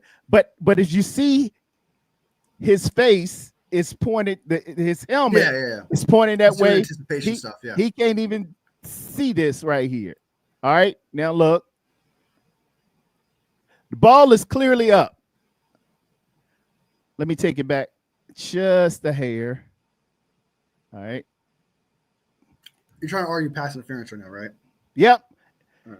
Do you see this cornerback is facing this way, right? His eyes are, he is not turned back. And he is impeding and making contact with Juwan Jennings right now. Can everybody see that? Am I losing anybody? Can you see that, Wolfie? Sort of. Wish you got a better angle than that. I do see the arm extension. You see him extending, and he's impeding him while this ball is in the air. He's not turned around. That is the very definition of pass interference. You see the ball in the air.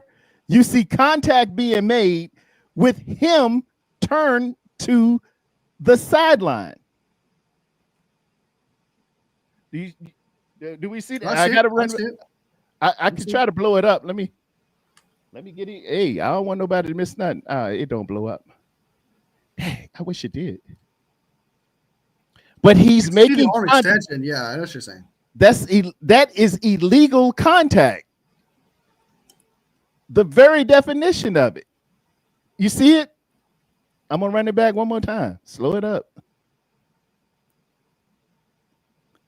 This referee on the side, he just eats the whistle. He's right there. I'm sure I hope he saw it. But myself, Greg Cosell, and Kyle Shanahan says that was illegal contact. It was at least a defensive pass interference, if not illegal contact. They've called less for more. Is what I'm saying. It wasn't an arbitrary throw to another guy, is what I'm saying. Oh. I think he took a shot, and this guy passed interferences. But go ahead. What you got? I think this was a Kyle Shanahan play. And the reason why I say that is because there was usually Brock is a 1, 2, 3, 4 kind of type guy. Like he usually goes through his progressions and stuff. I'm willing to bet, and I don't have proof of this. This is just, and I know a lot of people who hate Kyle Shanahan will totally be on board with this. I think he told him, do this go route. He's going to get it. Just cock back, throw the ball, make this happen. That's what I think I think that's exactly what happened here. I think Brock was told, because if you look, he's like, I'm making this throw.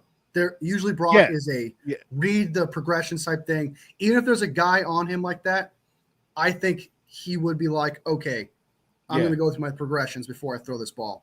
This was I'm throwing this. I don't care no matter what. This thing, no matter what. And I do agree. I'm taking this shot. Yeah, and then especially considering that usually Kyle Shanahan, like you said, he did defend it, being like, oh, there was contact, blah, blah, blah, blah.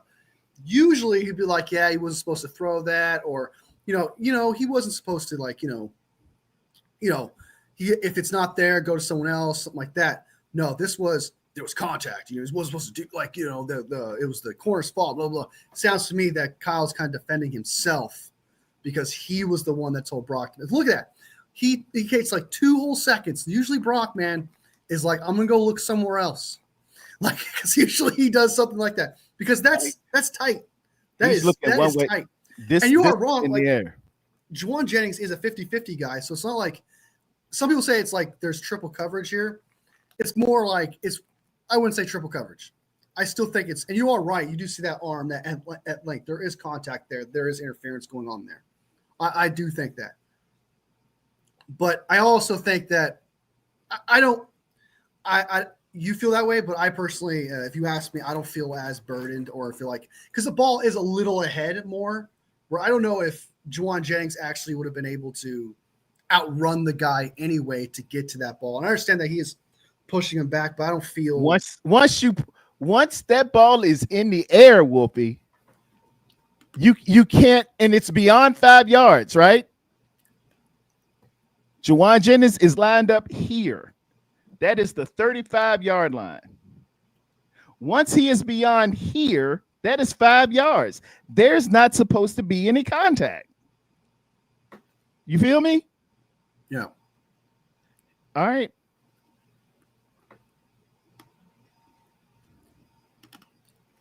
He's further down than that's illegal contact, man. That's illegal contact.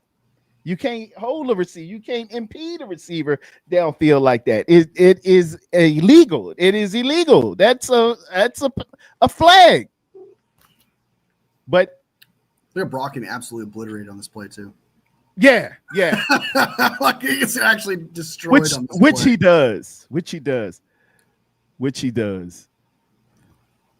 He gets absolutely murdered on this throw. Look, this is where I'm throwing it to no matter what. That ball is in the air, Levi. You can't contact downfield like that. That's illegal contact. You can't do that downfield. You want to see it again? Can you see a better angle here? No, the previous one. There was a previous one that had like this was the television broadcast, which does it not show it? Well, no, it ain't gonna pick up the illegal contact. Let me see. Yeah, and they're saying, "Oh, look how bad it was. He just threw it right to the guy. Brock blew the game." But this is illegal contact. He's at the 20.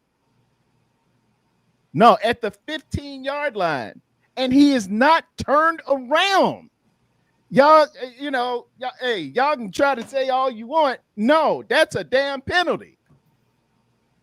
That's a damn penalty. You can't impede the guy with the ball in the air and you not turned around. Contact will be allowed if he was looking at the ball. If he was turned around and looking for the ball, he's clearly not doing that. So I don't know. All I can do is tell you what the words say, and we got to move on. I personally see what you're saying. Like I do get what you're saying. I'm just not. It's bad. It is a penalty, but it's like a light. To me, it's light. It's not like if the ball was a little bit more down more and it was a lot more close and stuff, I would be on board with it. But I feel like even if Juwan Jennings didn't get that impeding, I think the DP would have been able to snatch that up. Yeah, you can do it if you impede me first and then I'm on top of you. Everybody can do it then. I tell you what, run some 49er plays back when we're playing defense and let that happen. I tell you what they call him. I know that. I bet that.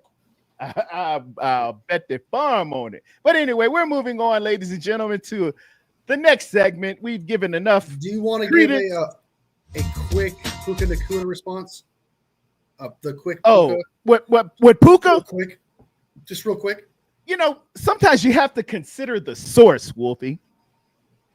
And you've got a guy who plays for your division rival.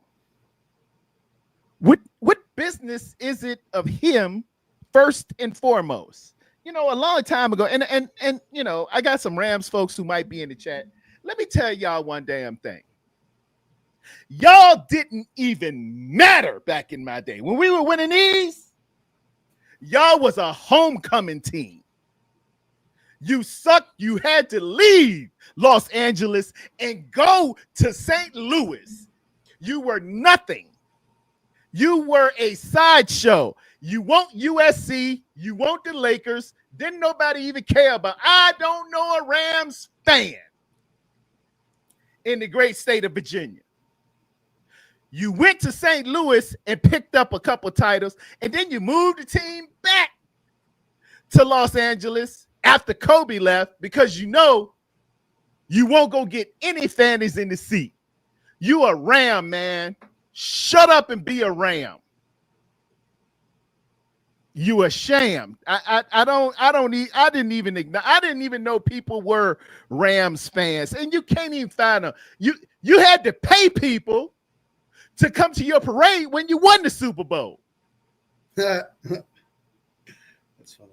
And now you got Puka Nacua popping junk. It's real nice there, Puka. It's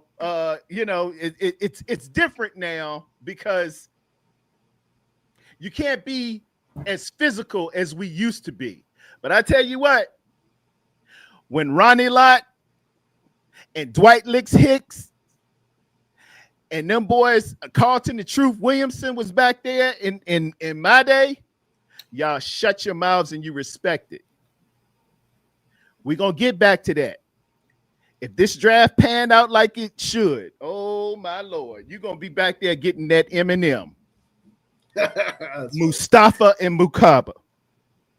Watch what I tell you. Keep on popping. I'm going to give you my what I did, my short reaction. I'm just going to give you my quick summary. How I feel about it. The guy didn't know a division he was in. Okay, first of all. So that tells you that. All right. B, he's a division rival. So to take the heart of a division rival's opinion, especially a negative one at that, not going to take that seriously. 3, he doesn't love the game. He literally looks at the game as a job. He's good at it. Like he's good at at playing the game. Athletic. He doesn't. Yeah, he doesn't keep up with the 49ers or their roster or the whole league in general and how the quarterback situation is going. He doesn't keep up with those things. He just goes out there, plays football, and he's good at it. Mm-hmm. He doesn't love the game. And that's okay. Sometimes you don't have to love the game, but you'd be like, this is my job, and I take it seriously. I watch film, etc. Doesn't mean you know exactly what's happening, what's going on in the league, and who should get paid and who shouldn't.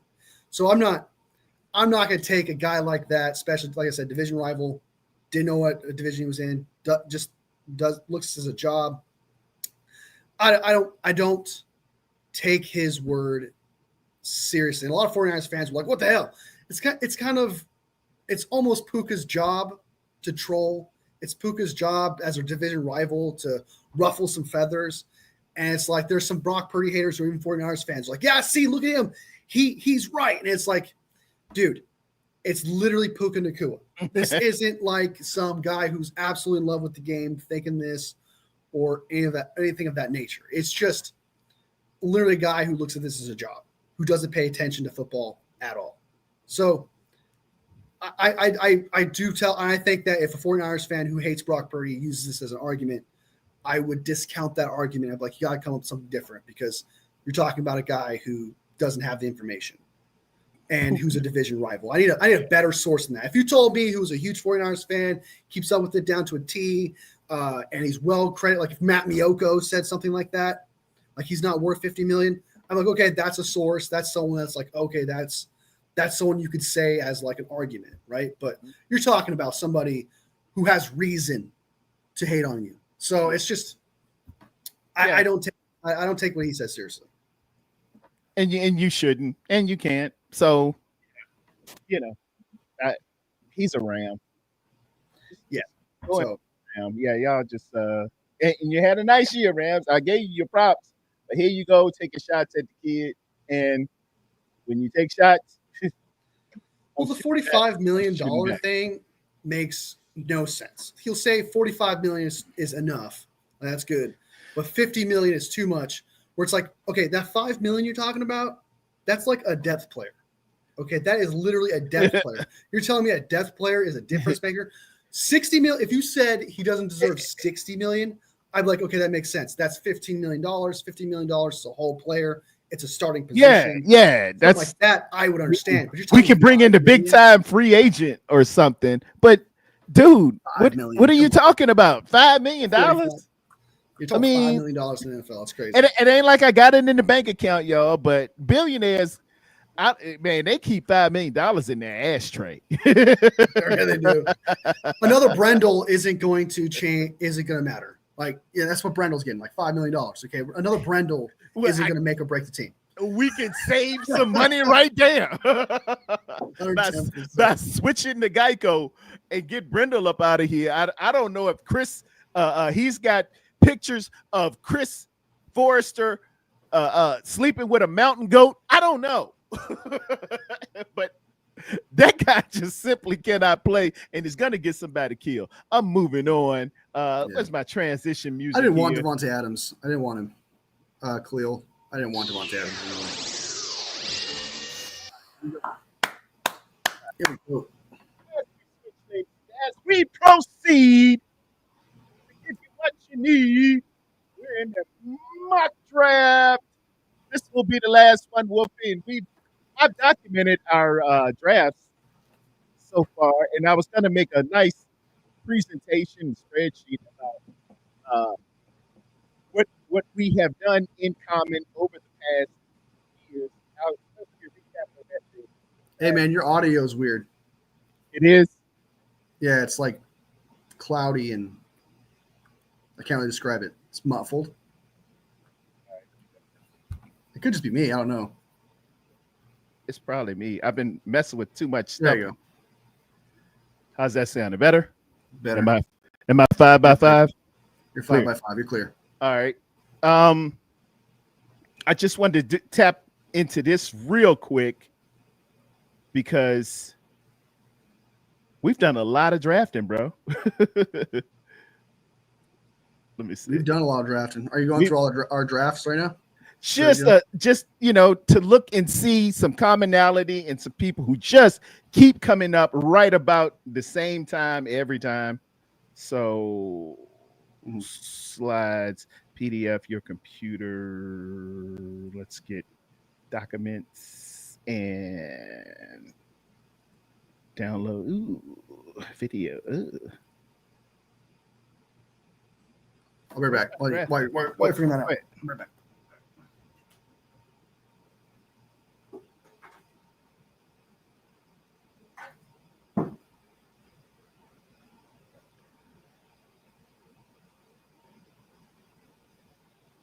All right, y'all. As y'all see right now, the first draft that we had, I think I did this one with Wolfie. This says 20 March.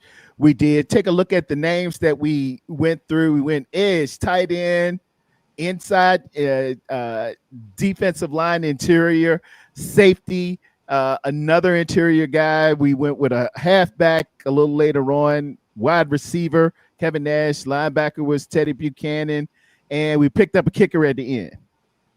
Then we went on a real good draft. We were on the clock on this one. I think we were picking them about 10, 20 seconds apart.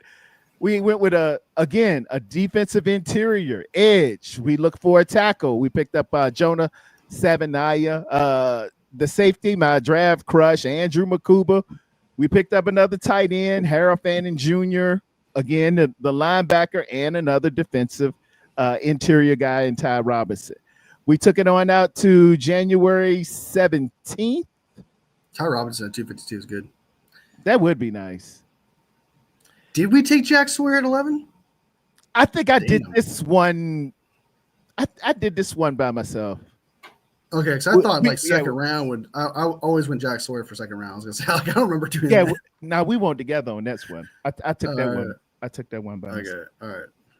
And I don't remember this one at all. No, I took that one by myself. Yeah. And I can't. There it is. Okay. I like Jack Sawyer, but this was a little one I did back on the 17th of January. I was way back then. I did this one just coming off the season, and some of the names are there. Will Campbell. It looked like he was going to be there, and Lathan Ransom. I don't know what. Will Campbell might be there. It's a possibility. This one was us on the 19th of March. Again, some of the same names just keep coming up. Andrew Makuba, Kenneth Grant, we were crazy about. I think we reached down and got Chase Lunt of Connecticut, Teddy Buchanan, Ty Robinson late. I think that Kenneth Grant, I'm not in love with the 11th pick, but I think it's a safe run stopper pick, and that's the biggest need for the 49ers. So I don't hate it. Yeah, because we got guys on the run. I'm thinking defensive interior. This one we got CJ West. Armand Membu was available, and we could pull a trigger on that one. Some Virginia Tech guys. Andrew Makuba again. The names just keep coming back. We always get Andrew Makuba every time. I know, man. I already done talked to Junk now to Pakua, so I got to get him now. Teddy Buchanan and Ty Robinson. This was on the 27th. Same names keep popping up. That's when we fell in love with. Who we got? Yeah. We traded down a little bit, and this would be really good too. The trading down in that second round and picking up something around from 75 to 100 or 100, 113. There's a shortfall somewhere in here. Here it is. From 160 to like 227. It's somewhere in there. I got to look back at it, but we do need a pick in there because it's a long drop off between picks. But we got I really like this one. We picked up some good players. O'Donnell Fortune. I went and took some look at him. That's Levi's guy. Oh, Levi likes him too. O'Donnell Fortune likes him too, is okay. He's a good ball player. This was April 8th. We couldn't get Makuba there. We got Billy Bowman, and we looked at Quincy Riley. Again, Monange. Who else? And Ty Robinson late. If Ty Robinson's there, man, we gonna get him late. That's worth that spot. Yeah. This was PFN, and it jumbled things around a little bit. We went Jalen Walker, Kenneth Grant, Demetrius Knight is somebody we really want to take a look at. Elijah Roberts became a bit of a crush for me. Kyle Monangai again, and this was our last one we did. Mike Green, Demetrius Knight, Jonas Avenaya, Andrew Makuba. These are all our hits. This is like the best of record. That was, if we could do it, if it was our draft, that's what we would do. I don't think how do you want to treat this last mock draft? Just you and I kind of type thing, players that we like, that we want to go for, or are we treating this with like some realism? Because I want to throw out some arguments. I don't think the 49ers are going to draft Demetrius Knight. I do not think that's going to happen. They've shown little to no interest in that guy, which, I mean, I guess because there are some linebackers you can get later on, I guess that they'd probably like more. But if they went out someone like Demetrius Knight, I'd absolutely love it. He's a draft crush of mine. So wherever he goes, I'm going to keep track of him. Same thing for Makuba. I don't think they're going to draft Makuba, but I would love, you and I love, yes. You love probably Makuba more than me. Yeah. I absolutely love the guy. I don't think the 49ers are going to do that. But I do think a player that you love. These have been their visits thus far who match up to what we've been looking at, and players that we've taken that have visited the San Francisco 49ers. And I've taken the liberty of circling or squaring up some of these visits, which gives me pretty good indication. Usually they're very, very interested in these players.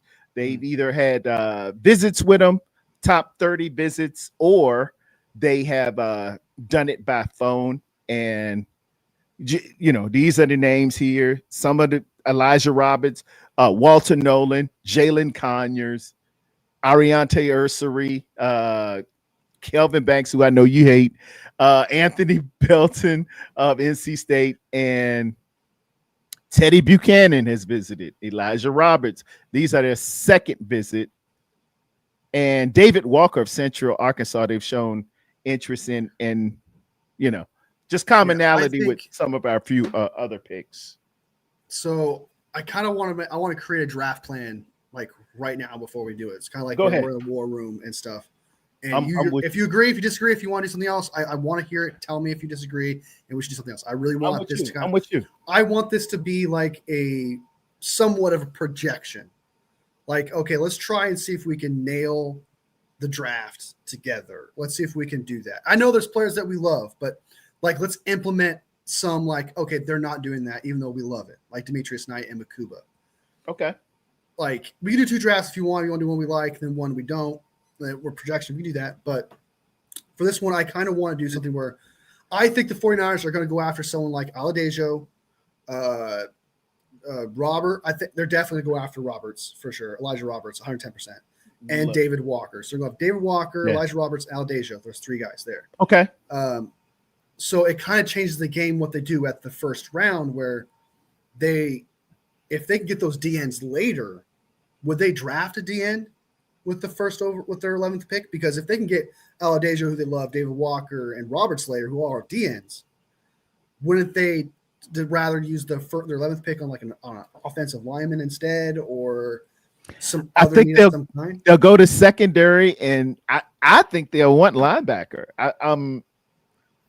That really? I think with the 11th pick they should. No, not with the 11th pick. I'm saying further down the trail. No. I've been hearing maybe a cornerback. If he's available, the kid up in Michigan, right? I would not put it past them to draft. Like, I'm not saying they should. Like, I've been arguing like that's ridiculous. Somebody shouldn't do. Yeah. But if you do roll with what they've been looking at, the one thing they haven't really been looking at is later on. Well, I guess Kobe Bryant. They have looked at him and another corner I can't remember, but. Yeah, I wouldn't put it past them to take best player available at 11 and then try to get the DNs they love in like the 3rd, 4th round, etc. Because it is so deep. Yeah. Because it is so deep. But I think they're going to go D tackle first. Let me know if you like this or not. I think they're going to go D tackle first. Yeah. Then they're going to go offensive line in second. Yep. Then the next 2 picks, 75 and 100, that could be a wide receiver, I think.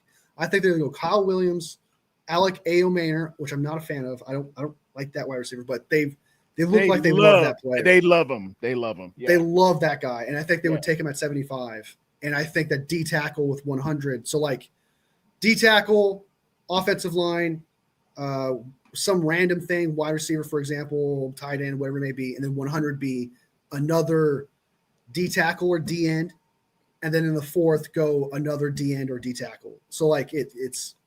Because they can get someone like Roberts in the 4th round. They can get someone like Walker in the 4th round. So they're kind of pushing.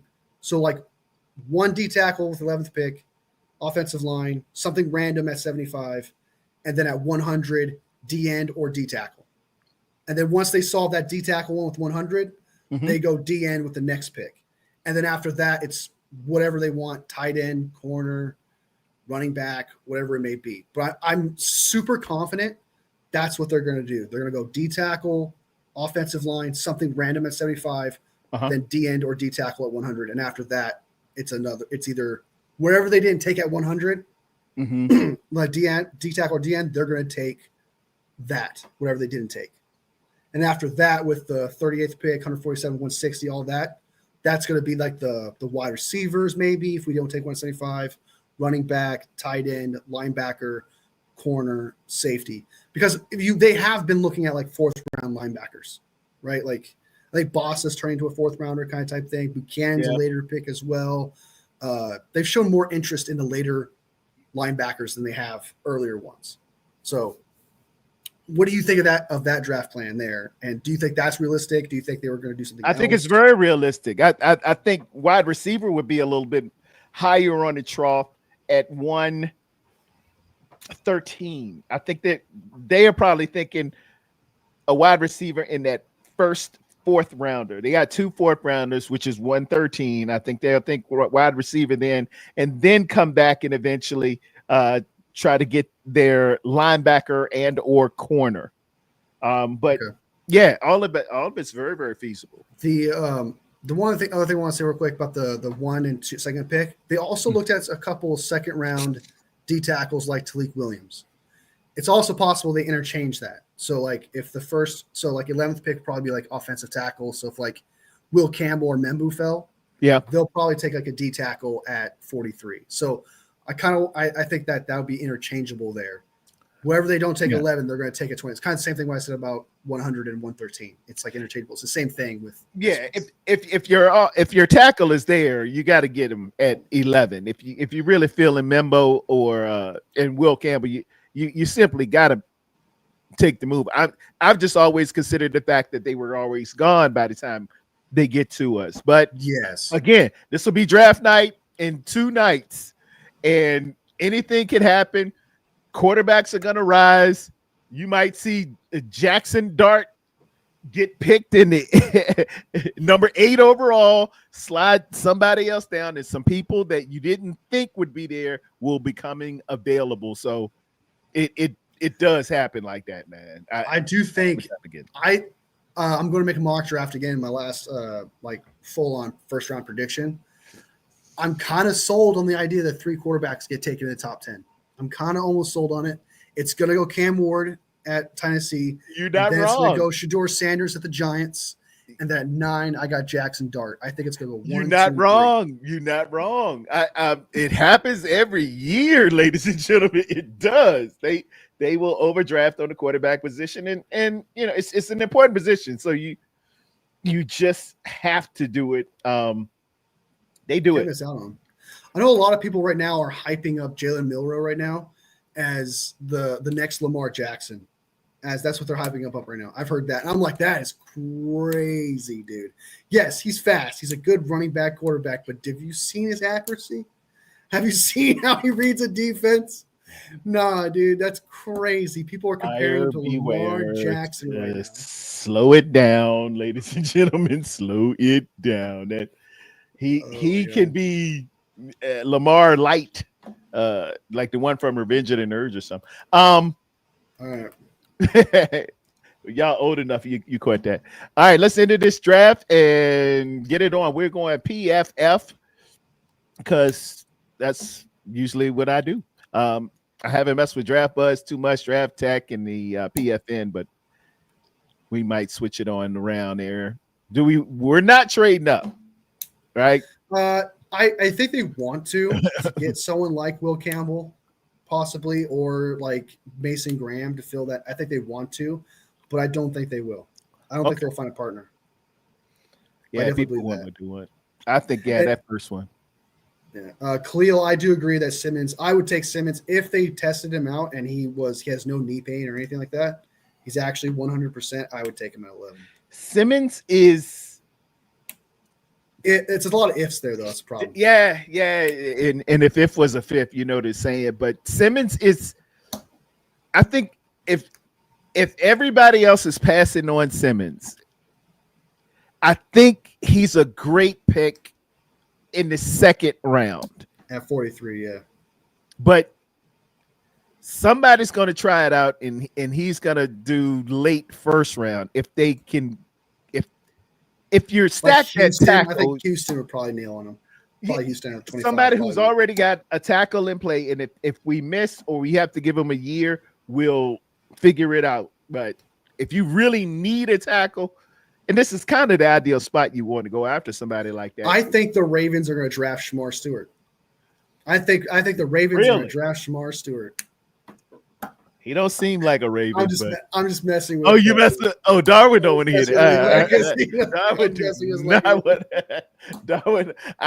Darwin, I said first and foremost, that does not seem like. That is not a Raven.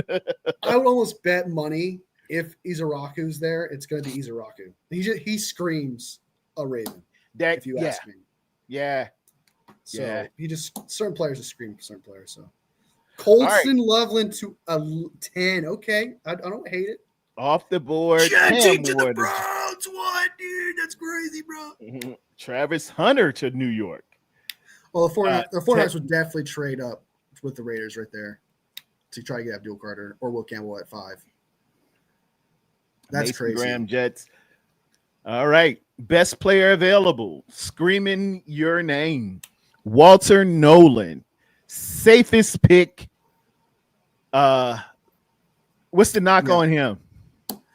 Just his attitude. Apparently, he's a lot of people like him because, like, some people made complaints about his calves being small or something, which I thought was kind of ridiculous. Like, he's obviously able to perform with his calves, so I don't understand that. But from what I've heard about the Walter Nolan was that he's been like 6 different schools. He's quit in practice before because he was getting shut down. He couldn't handle it, and so like apparently he has work ethic issues. So that's concerning.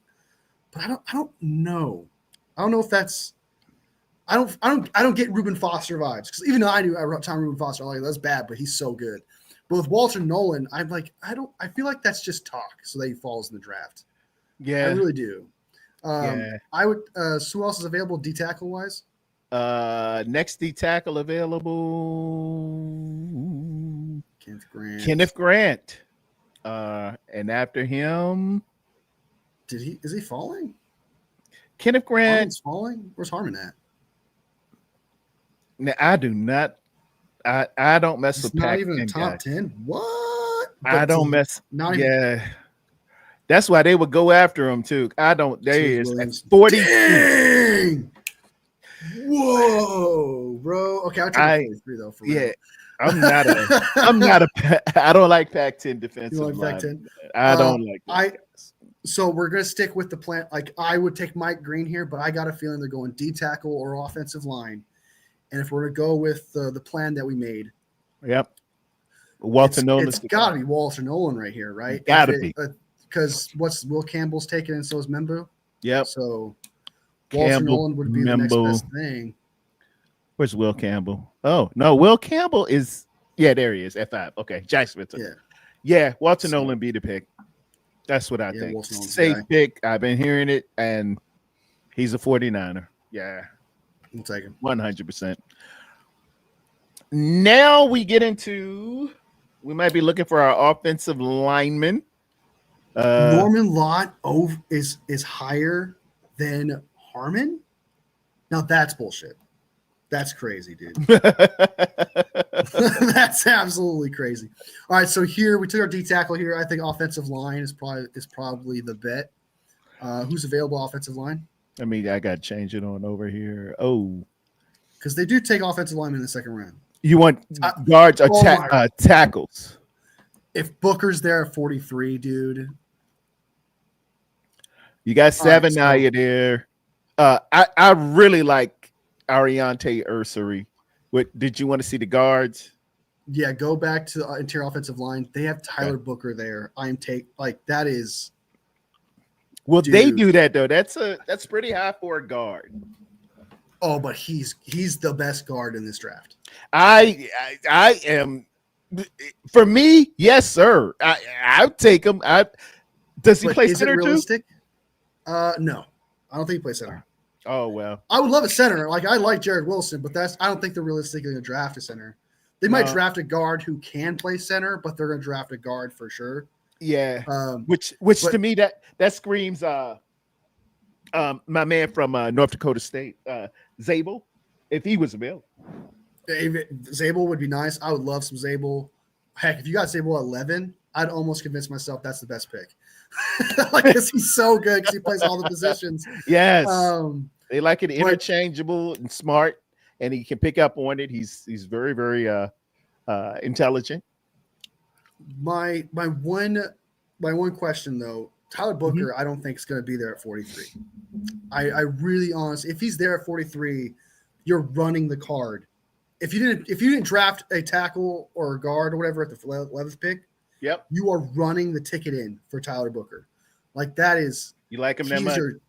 I love him a lot, dude. As Larry loves him a lot. So for you Larry Krueger fans, I think Tyler Booker, Donovan Jackson, Jonas Savea are all like in the same tier, but I would put Tyler Booker above them. Tyler Booker's an absolute monster, and I think he could fit. I think he would fit the scheme. Tyler Booker's more of a Aaron Banks monster, big dude kind of type thing, but he can do what Kyle Shanahan would ask him to do. And I think if he fell to 43, is he tough? Does he block through? Yes, the whistle. He pancakes people, man. He's got the there's really I have no negatives on Tyler Booker. Okay. It's just the fact that he's a guard and you don't draft guards at 11, right? You draft those guys later. You definitely get, and the 49ers don't pick one up until the third round usually. But if you feeling them, we're gonna take an offensive lineman here, and I'm not an Ertzler guy, if you ask me. I don't like Minnesota at all. Anything from Minnesota, I absolutely hate. The only thing I like from Minnesota is the quarterback, Prince. Okay, Kirby Puckett and Prince. What I will say on Ariante Ursari's behalf, there is film of him going head up with Abdul Carter, and he did such a magnificent job. Who we know is going to be first. He's going to be in the first four or five. And he's got good feet. He's large. He's in charge. He only allowed 1 sack his senior year, 2 the year before that. He's got this pedigree of he's played 13 games in 22, 13 games in 23, 12 games in 24. And with all of that, the guy's only giving up 5 sacks, 1 hit and 1 sack for this past year in 10 hurries. And that's a boatload of snaps. That's 679 snaps. He can, do damage in the pass game as well as the run game. Good grades here. And tackles are just hard to find. Tackles, you can't get good tackles because they disqualify him on how long is his arms. He's 6'6", 330 pounds. I'm sure he's got at least 34-inch arms. They just so hard to find. You can't get them. Yeah. I would take Booker here. Okay. I know you like Erstry, but 69, he might be there at 75. Now, is this swing tackle? Do you feel this is what San Francisco will do? If Booker is there at 43, I would 110%. And they drafted Walter Nolan there, I would. But my only really kind of what if Talik Williams is there at 43? Would they double their D tackle there and then try to get their edge later with the 100 and 113th pick? Because go to D tackle. Real quick. Defensive tackle. Talik Williams. If they got Walter Nolan and Talik Williams, right? So hear me out. Walter Nolan, Talik Williams, right? And then the 75th pick, that one's gonna be whatever. The 100 and 113, you get David Walker, Aladejo possibly, or Roberts with one of those 2 picks there. Mm-hmm. You got both your D tackles and you got your DN and you got your weird up skip pick at 75. So they could take their offensive lineman now, or they could solidify their D tackle situation now and then not have to worry about it later on in the draft and just get your 2 DNs that you like. Because Roberts can play inside and outside as well. So you got that third D tackle-ish, also second DN. Yeah. Swing guys. They like the ambidextrous guys. So I think it's definitely between Talik Williams for me and Booker. And I'll let you. I'm good with either one. You kind of sold me on Booker, man. Let's go ahead with Booker. All right. That's good. To me, he's a future Hall of Fame guard, potentially. Really? He is good. He has potential. I wouldn't go with Nelson type. That guy's Hall of Famer. I would say his potential is a Hall of Fame jacket type guard. He is okay. He's a monster. I'm surprised you haven't done film on him and checked him out yet. He's really good. I've been looking at the tackles mainly. I've been looking at the tackles because what we do is hanky. We kick a tackle in. A guard here is a tackle that has short arms. That's all it is. So they just kick them in the guard. That's true. Yeah, true. All right. So we got their guy Alec Aomaner at 75. You got Norman Lott at 75. 2 guys that they like for sure. This one, I think they're gonna do something weird. I feel like it's not gonna be your typical DN, D tackle kind of type thing. I think this is where they get linebacker potentially, wide receiver. I think maybe even a swing tackle. They might do that here. Safety even, but like I think this is their weird, obscure pick. And then the last two are the next two after that is gonna either be D tackle, DN, like we said, the interchangeable one. Yeah, I got this down as a wild card, and I hate to say this, man, and you could disagree, like shut me down. Because I don't even like the idea of it. I don't like the idea of it. Don't but even say it. Don't say it. You know what I'm going to say? Don't say it. I think if he's there at 75, they're taking A.O. Maynard, dude, at 75. I'm telling you. I'm telling you right now, they're going to take Alec Maynard at 75 if he's there. I promise you, dude. I'm willing to bet money on it, dude. It's stupid. I absolutely hate it. But so, like, we can avoid it. We can avoid it 110% and be like, look, we can't even pull the trigger on it. But you and I both know, though, for some reason, this wide receiver screams. They are so crazy about that kid. He went to Stanford. They keep going. He keeps showing up. It's like trying to keep two employees from fraternizing with each other, and they just keep showing up. You want to go ahead with it? Because that's what they're going to do. That if he is there, that's what they're going to pull. I definitely agree. We no doubt about it. I feel so stupid though, like being like, let's do that, but that's what they will do. That you all right. are this is the prediction. Okay, this is what they would do. Draft. So. Oh god, it hurts, dude. Oh, that hurt, man. That hurt. That hurt so much. Receiver in the third round. Oh, buddy, that hurts so much. From Stanford. They love him though. He's been visiting.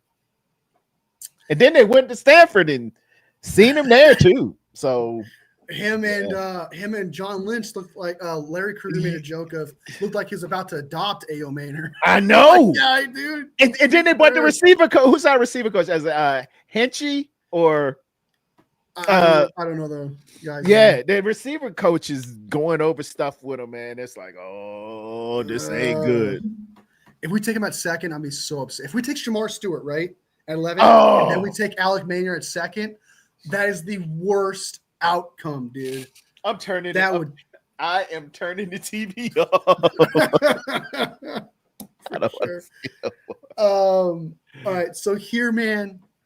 Here, you're Elijah Roberts. Yeah, 100%. Yeah, they love Elijah Roberts. I'll look down, but that's Elijah Roberts. That's the ambidextrous fitting. Oh, look at that. Fanning is available. What DM? We got a D tackle. Oh, you got lots of good stuff here. Oh, I think they're gonna take a D tackle with this 113th pick. Because we took our D end here, right? So, Jamari Caldwell. They did go to Oregon. Oh. Is this all the available D tackles? Let's go to the all available. No, I don't like those Pac-10 guys, man. Ty Robinson, Pegas, Josh LaFond, Peebles. I don't think have they been looking at Peebles at all? They haven't had a visit. I haven't seen anything on him. Have they done any interviews on him or anything? Was he at the Senior Bowl? He was at the Senior Bowl. Yeah, I think so. They like Senior Bowl guys. D tackle. Walter Nolan and Omar Norman Lott have had visits. Aeneas Peoples has had visits. And you think they would take Peoples here at 113? Warren Brinson, Georgia. That's what they got as a Georgia tackle. That's who he did a virtual interview. And Tyleek Williams, Ohio State. Yeah, that's a guy at 43. Love that guy. Yeah. Super good D tackle. He's in my opinion, probably the best run stopping D tackle. He's up there with Kenneth Grant. Peebles, It might seem like a reach based on this board here, but it's the 4th round regardless. And I think if they like Peoples a lot, you like Peoples a lot. I think you had him graded as like one of the best D tackles in this draft, right? Peoples gave us fits when we played Virginia Tech. We almost lost that daggone thing because of this young man. This man was all over the place. Where's that Virginia Tech game? They played the U. They had a 76, but he had a really, really good game, man. Really good game. Him and another one you see his pass rush is at 91. Overall at 8-9. He'll get after you, man. He'll get after you. Better every year. His run defense is actually pretty solid compared to other people, especially in the 4th round. Isn't he small though? He's like 6'1", isn't he? Yeah, he's shorter. He's 6'1", 290. But he's got the frame of work. I would. It's definitely better than James Caldwell, I think. So yeah. Do not take a Pac-10 guy. And they haven't shown enough defensive line. I don't like those defensive ends. Right, so in front of have they looked at? Isn't he? Crazy Juice says Oregon isn't Pac-12 anymore. They still out there. Oregon, Stanford, anything west of Colorado, I don't mess that. They've just always let me down, man. Eric Armstead's been soft. I seen him just, hug Dak Prescott one time. We got the USC kid whose knee is not right, Jackson. DeForest Buckner, though. Buckner, like that's the exception. That's the exception. Buckner was good, but usually, man, you mess with those Pac-10 guys, those guys out west. They just don't. They ain't nasty enough, or they don't. They eat healthy. We need guys who eat grits and guys that eat potatoes and Southern guys. You need the Mississippi boys. Florida boys are good. Virginia boys are good. I like Joshua Farmer a lot. But yeah, let's go ahead and take a Peoples here. I hate the fact that Farmer they're not looking at Farmer enough. I think Farmer deserves a lot more love, and they deserve a lot more. Like, he deserved to be a 30 visit. He was good. It doesn't look like it, but his film is fantastic, dude. He has 6 sacks, 3 hurries. 3 hits, 17 hurries. It's got a run. That run grade is a little low. You don't like to be south of 65. 6'3", decent height, 318. He play inside outside guy, dude. He's good. I like him a lot. But Peoples is the man here, man. I think they draft Peoples at 113. That's realistic to me. I wouldn't be mad. I wouldn't be mad either. Peoples got a good motor. He does. So far, honestly, I dig this draft. The only thing I don't like is that 75th pick, but we know that's going to happen. So yeah. When they drafted Ricky P last year, I'm like, what are we doing, man? Yeah. All right. So here is where I think at this point, since we got both D tackles and our D end, we got our weird obscure guy at 75, we got our offensive lineman. This is where like your running back, your backup tight end, your swing tackle, because they've been looking at late round swing tackles, right? Like that's like their biggest thing they've been doing. I think they're going to go from here on out. It's going to be like the linebacker, safety, corner, those weird ones. Like I think this is where we leave the trenches, except for swing tackle. So this what do you think? Interesting. What do you think about Jack Kaiser? Jack Kaiser, I have not done much on him. I know that Levi absolutely loves this guy with a passion. He's like, I need to trade up to get this guy. I need to make sure I get this guy. But I have not seen anything on Jack Kaiser. I'm not going to lie to you. They're saying he's adequate. They're saying he's decent numbers. North of 80. Really good run stopping grade. Look at that run stopping grade. Yeah, man. Criminy cricket. Yeah. Low missed tackle rate. Levi, you were obsessed with this guy. You were like, I'm going to draft him at 11. At 27 is what you said. He's not a number 1 linebacker. No, we already got our number 1. We need a second 2 banana to Fred. So I love that run stopping. That pass rush is not bad either. The coverage grades could use some help, but we're not asking him to be a pass coverage guy. So I don't mind the idea of it. I mean, What's his value right now? He's picked at 152. This would be a bit of a reach, about a not quite 20. Was that 12,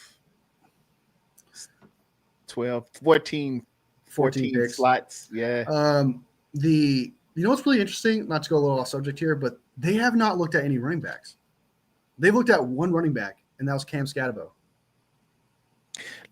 Let me see who had a visit. I'm pretty sure they've only looked at like very bare minimum running backs, and that's very shocking. So that means either they're not going to go running back heavy and try to get someone drafted, or they're absolutely sold on somebody and they're going to get them at 75. Because at 75, yeah, it's probably Alec Maynor, right? But what if they're also thinking Scatabo at 75 if he's there?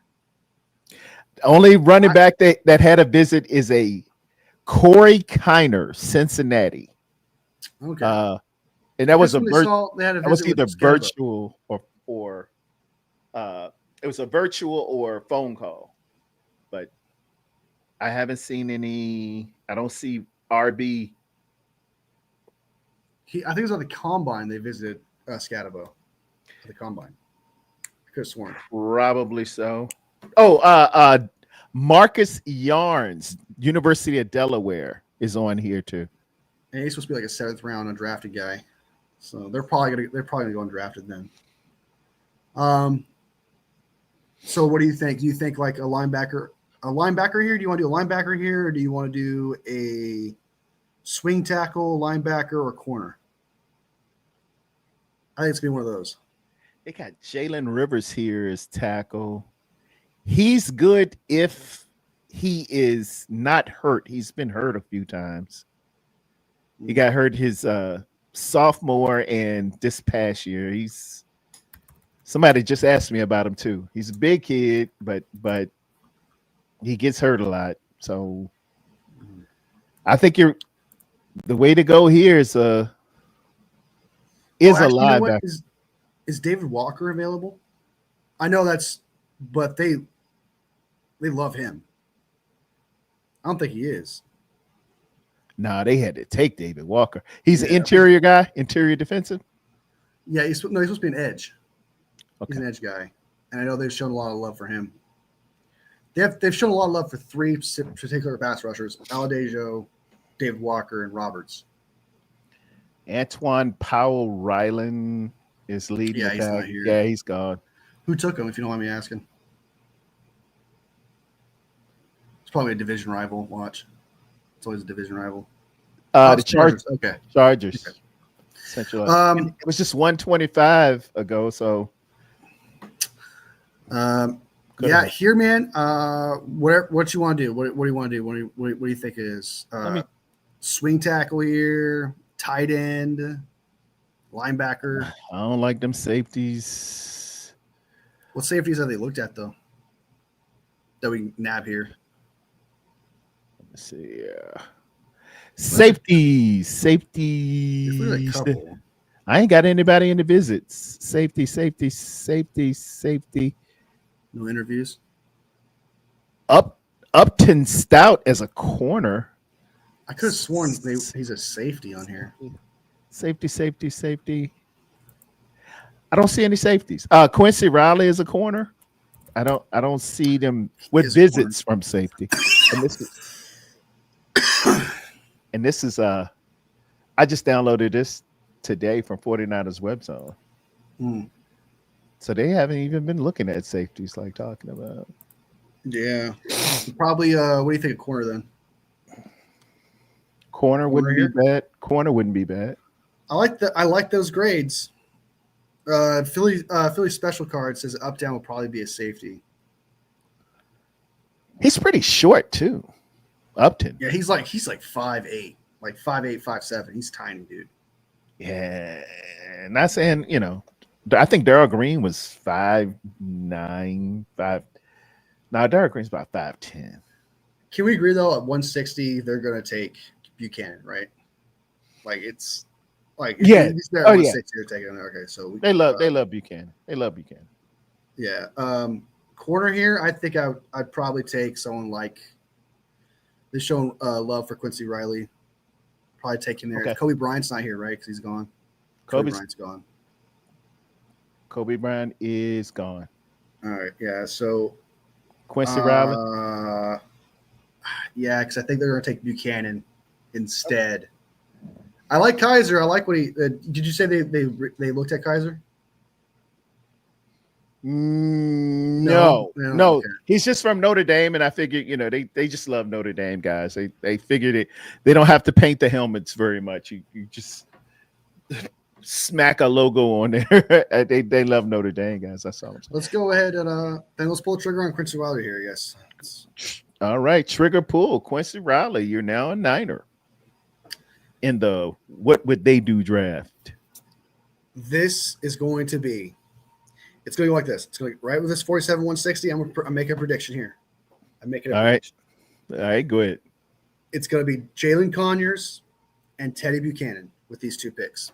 That's what I think is going to happen. I think they love Jalen Conyers. I think he fits the perfect spot, especially as a third round, not a third. I don't want to say that. Third tight end, right? If he's your third tight end, you don't want to spend it on a third round pick, right? Your third tight end, you want to develop and work with. And I think someone like Conyers at 160 would be perfect spot. Value, potential, where you want to play him, develop him, etc. I think he's somebody you would take at 160, 147, somewhere around there. Even if some people think that it's going to be a little bit of a reach, 49ers have shown that if they believe in a guy, they will take him at a certain spot. Hence Pooney, for example, was supposed to be like a mid-4th rounder, early, wherever it may be. They'll take him. Latu was supposed to be like a 5th, whatever, and they took him at 100. So even if Connors is considered 236, they would take him at 160. They would take him at 147. Good. So do you agree that is a way reach? That's almost 100. I know. So hey, tell me if you disagree, man. If you want to do something else here, I'm all for it. I think they would go with a Golden Domer linebacker first before. I mean, you got to give it a little bit, at least get in the 2s, or at least really? we got okay. before you pull a trigger on Conyers. Man. I like Conyers, but this is just a little bit much at a rank of 236. Man, to get him at 147 is. Well, I know I understand like on this board 236, but I think they would totally take it at 160. But if you think they go for a Golden Domer here at 147, who do you think they go for? I think Buchanan's a Golden Domer for him. Kaiser. You asked me. Who's the guy? Yeah, Kaiser, Jack Kaiser. I think they'd go there, or I think they'd go.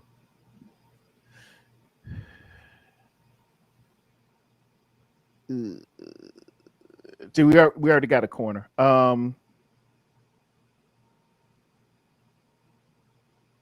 So I think Kaiser here is not a bad option. How fast is Kaiser? How fast is his 40? Let's see. Jack Kaiser. 4.62, and they have no problem because what's Greenlaw was like a 4.7 or something like that. He didn't run very fast. Yeah, I got 4.62 too. You on Draft Buzz? No, I just Googled it.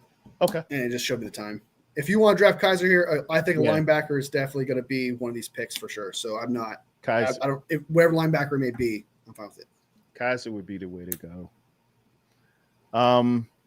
Now you're a little further down, and you're a lot closer to getting your tight end here at 2. Is that 230? Oh, he's still down. He's still way they down. Might take. Is Carlos Rogers a tackle? You think they'll double up on the tackle here? I think they'll go for they want a swing tackle for sure. So Caleb Rogers there from Texas Tech. Click on him real quick. Yes, sir. Certainly. Allow for interest in this guy. 6'5", 310. Rogers is highly experienced lineman with 55 career starts. They like that. And impressive athleticism. He lacks ideal lower body power for anchoring and drive. Man, don't get this dude Don't get the shit. What you heard there? I think they're gonna. I do think they're going to take a swing tackle at some point, and that could be in the 7th round because they have looked at players like that. But whatever you want to do here, man, I'm all for it because I think it's going to be either what we haven't gotten yet was a running back yet, a tight end, he's and a safety. And he's just what the doctor ordered. You see the last 4 words: developmental swing offensive lineman. Yeah. This screams 49ers. and it's what I don't want. It's exactly what I don't want. What's Darwin say on him? You're interested in the guy. So what you think about Donovan? I don't know Edwards. Yeah, draft guy, but I like him. Donovan Edwards can go, man. So you want to take the swing tackle, Caleb Rogers? That's what they'll do too. Yeah, that's what they're gonna do. And he's they're gonna get him. All right. And I think they would trade. I think they would use the 7th round picks to trade up to get Conyers. I'm confident they're gonna end up drafting Conyers. I'm so confident in that. He's gonna be a Niner. I'd love that. You know, Jalen was my draft crush early. Look at this guy has a great name. Cody Lindenberg.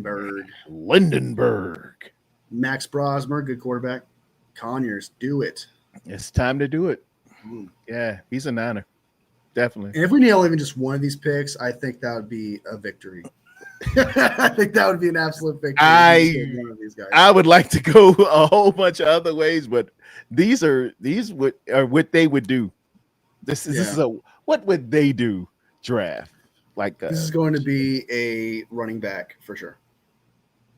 At 249, 249. Ollie Gordon is still on the board, dude. That's crazy. The disrespect on Ollie Gordon's crazy work, dude.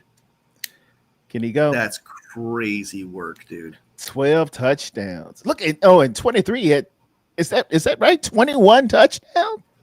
He had a phenomenal in 2023. He was considered like a first-round running back in 2023, and then he wasn't. Then he moved. He went to Oklahoma State. He transferred, and they didn't use him as much. So it's the fact that he's good. Where was he at in 2023? Where was he at? I forgot. Hold on. Ollie Gordon. I'll check right now. He went to I guess he was in Oklahoma State, but I could have sworn he was somewhere else. I guess I was wrong. But yeah, in Oklahoma State, man, he was the main guy, 6.1 yards carried, 21 touchdowns. I'll probably think of someone else when I said that. He had an incredible 23. He had 1,732. Yeah, man, take this dude. I think he's so freaking good, dude. It's actually crazy that I don't understand. What's his 40 time? I don't think it was like 4 or 5 something. Let me double check. Oh, anything 4 or 5 is pretty good. I know that not very 4.61. But I watched this guy play, dude. Watch this guy play. I swear to God, he is a running back. I'm gonna take him. I promise you, he's freaking good, dude. I believe so. With all that production, but I want you to watch him play. I need you to just so you can be like, okay, he's good for sure. He's like that. Okay, all right, I will. I he is so good. I promise. You see, convinced. I love this guy, dude. All right, his last pick here. He's my draft. Ollie Gordon, the third is like my draft crush running back. Not someone I think the 49ers need to go out and get, but he's definitely someone I'm going to pay attention to. I absolutely love. Love me some Gordon. All right, this pick here could be anything, man. It could be a kicker. It could be a guard. It could be what haven't we got? I'm just taking a look at this 6'3", 290 guard, Clay Webb. He just stood out. I think we took him one time. We took somebody from Jack State. I forgot who. Darwin Levi's over here hating on Gordon because he had a bad game against Texas, like one of the best teams in the college. yeah, Texas is pretty good. That's hater. That's hater stuff right there. It's their rival though. The what's it called? That Red River rivalry? Is it Texas? Oklahoma? No, it's Texas Oklahoma. I forgot what Oklahoma State and Oklahoma are big rivals. I don't know, man. What you want to do? Colin Pierce is so good, dude. Man, the disrespect on some of these players is crazy. Holland Pierce, dude, is down here. That's insane.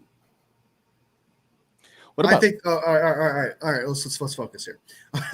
So it's safety, kicker, whatever you want it to be. I'll let you make this pick here. It could be a kicker. It could be a safety. Let's go ahead with Kitten Crawford. Kitten Crawford from Nevada. Yeah, Crawford is athletic prospect who finally got a chance to start after spending 4 years as a role player at Texas. He earned an outstanding 88.5 coverage grade on his lone season as a starter. His athleticism is his primary appeal and could get him drafted. He needs to become more refined as a better tackler. Oh, that's just what you need to earn something more than a special teams role. Oh, Lord. Yeah, dude. This guy. Philly special cards, yeah, they're not great at drafting. That's why they had a terrible 2024 draft. Same. We got Jalen at tight end. We already got a halfback. Akili Arnold. Oh God, he got a 58. No, Boom. Keely, if you're watching, the comments expressed by Wolfie. Oh, dude. Bonnie Diggs. Bonnie Diggs. I like Bonnie Diggs. He's a bum. Who you like, Diggs? Bonnie Diggs from he's a pass rusher. He's good. I like him. Go up. From Syracuse. Right Fadl, is it Fadl or Fadl Diggs? Fadl. I call him Foddy for some reason. Foddy. It's good. 6'5", 261. He transferred from Texas A&M. Okay. Pass rusher 2000. Career best. NFL caliber size. 6'5", 260. Hey, let's get a pass rusher. 5 little Diggs. Boom. All right. All right. Grading our draft here. The 49er, and it truly is, the 49ers, what we think they would do. This is what we think they will do. A lot of these, like, for example, Alec Maynard, they're got an A+ at 75. We did not want that. Okay. I want this to be on record that people are just saying this. I would do, or Wolfie would do. We're trying to get into the minds of the 49er think tank. This is how they will play it out. They are. Me and Tarrerdome totally agree that if Alec Maynard's there at 75, they are gonna get 100% drafting him. They want that guy bad, boy.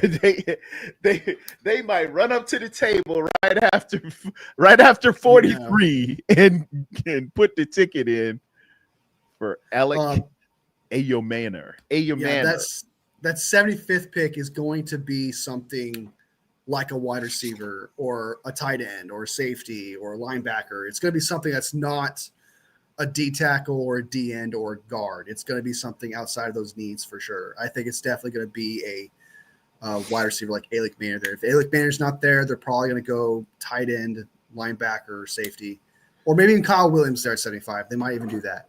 But that 100th pick, Elijah Roberts, I absolutely love it. Out of David Walker, Aladejo, and Roberts, I like Roberts more.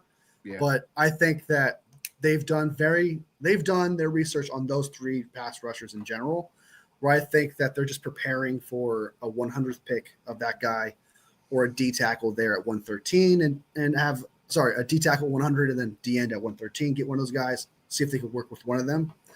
But yeah, I think we did a pretty good job of trying to predict it. I think this seems like 49er folk here. What I do predict, and what I would do, I should say, is you see the shortfall from 160 to 227. I would somehow try to trade back and pick up a pick in there, because there's this big drop off in a big amount of time without a 6th round pick that some decent ball players are gonna go in that time frame, and you really want to get your shot in to get get 2 inside of somewhere in there. 162. Yeah, Yeah, you want to get somebody in there at least. If you trade that, I think even like trade the 3 7th round picks you got to move him in that one spot, because like the 249 and 252 thing, honestly, that was just like whoever falls there, you like him, go ahead and get it. It wasn't really like what would the 49ers do at that point. It was just who do we like at that point, because all the players that they love are gone, and I think they do need to trade back. I agree with that. I like the 113 trade back. I like even a 100 trade back would be good.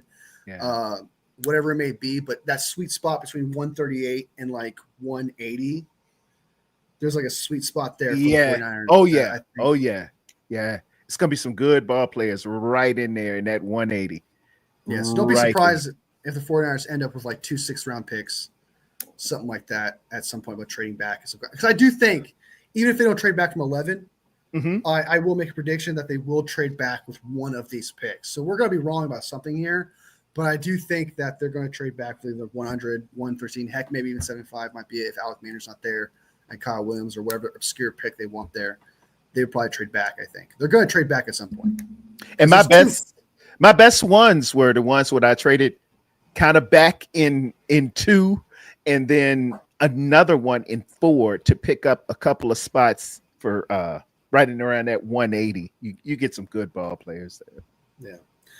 The 147 pick, you like Jack Kaiser, someone they might draft. I think 147, I do think is actually going to probably be a linebacker. I think that's a good guess. I think that's a good estimation there. I don't know if it'll be Jack Kaiser, but I'm pretty sure they'll draft their run stopping, whoever it may be, type linebacker. I think it's a good pick. The one thing we disagreed on was I think they would take Jalen Conyers super early, regardless of how far back he is. I think they would take him they would reach 160, 147 for the guy.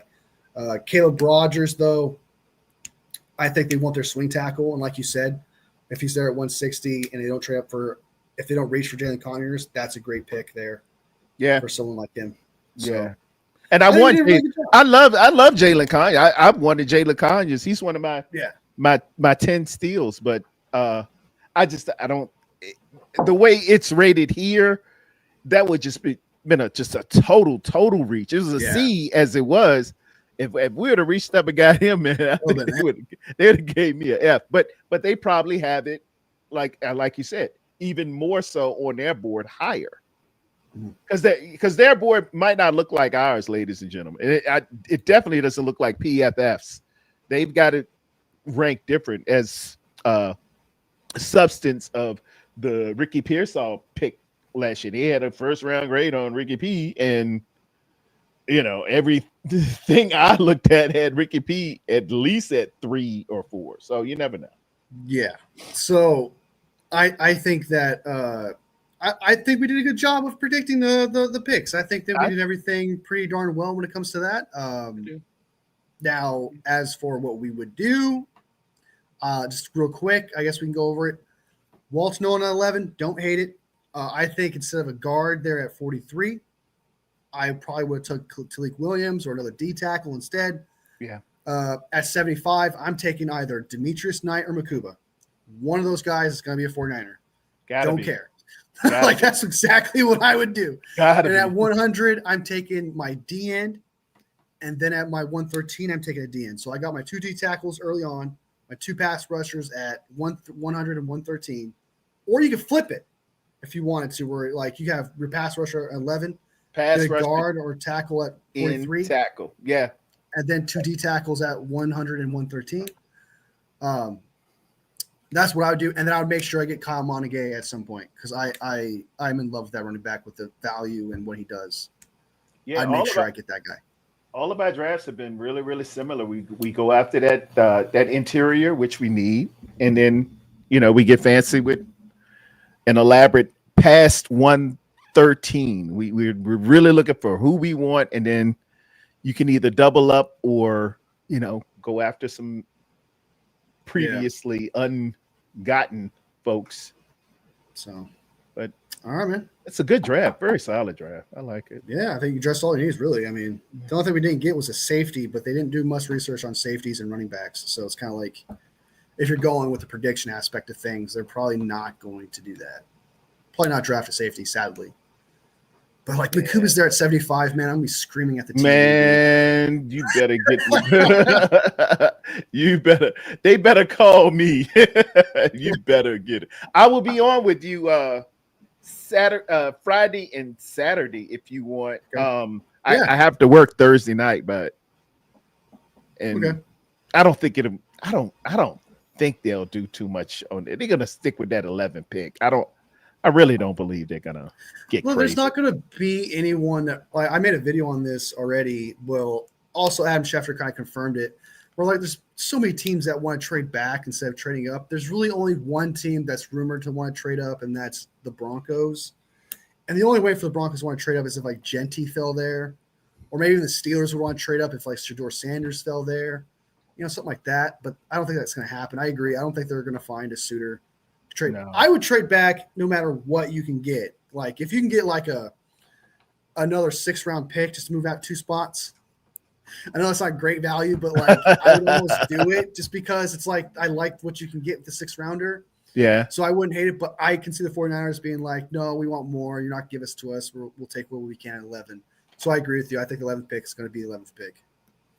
So they might trade up. It depends upon who falls there. Like there's actually a potential, I think. It just has to be like the Giants have to take a quarterback.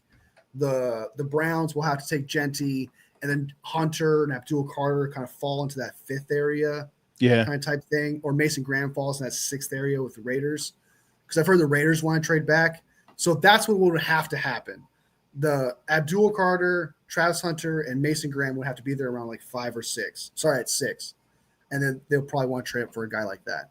That's what I think is the only way to do it. So, but yeah, man, I'm all for it. Let's do this. Let's do this on Friday, Saturday. I'm all for it. Let's do a coast stream. All right, man. I'm all for it. Yes, sir. We'll be on there looking for the latest and greatest. So I have to change my mock draft. Oh, come on there. Spongy. Don't be taking our players, man. Y'all already got what you need. No doubt, man. Don't take Makuba or Demetrius Knight, man. You better not take Makuba. I will be so hot if they mess around and get Makuba. In my opinion, the problem for Edwards and run game generally was everyone knew was going to run because the passer was lackluster. Okay. I guess they knew. Oklahoma State. He didn't transfer. Okay. I think he was talking about the other the running back. Yeah, Ollie Gordon. I thought he transferred, but he didn't transfer. He just had a lower season. Okay. I think he's. I just think he's so good, dude. 4.5, 4.6. Crazy Juice says F the Sooners. That's obviously a Texas man. I think they build in self-hate for the Sooners. What you got? Mason Graham. Not Mason Graham, Jordan Mason. I don't want to say Mason Graham. Jordan Mason ran a 4.58. He's solid. Okay. I'm just saying. So that 4.61, don't let it scare you. Don't let it scare you. Yeah, man. Kyle Monange, 4.6. Anybody at running a 4.5 is a very decent athlete. 4.5 is like it's pretty exceptional. You're moving pretty quick speed, at 4.5. But it's not home run speed. But yeah, everybody wants to. He ran a 4.2. He ran a 4.3. You're not really going to find guys with that frequency at all the positions. Maybe some cornerbacks and receivers who reach top levels of speed like that. But a running back is just very, very efficient with a 4.5. Tarrerdome, as a OSU guy, how terrified of Underwood from Michigan? What Underwood from Michigan? Underwood. That's not familiar. I used to watch Kevin Spacey. He was Frank Underwood. Nothing against the players from Texas Tech. I just don't like the school. Crazy Juice. So you don't like Texas Tech, and you don't like Oklahoma. Mahomes came from Texas Tech, right? He did. Yeah, Michigan.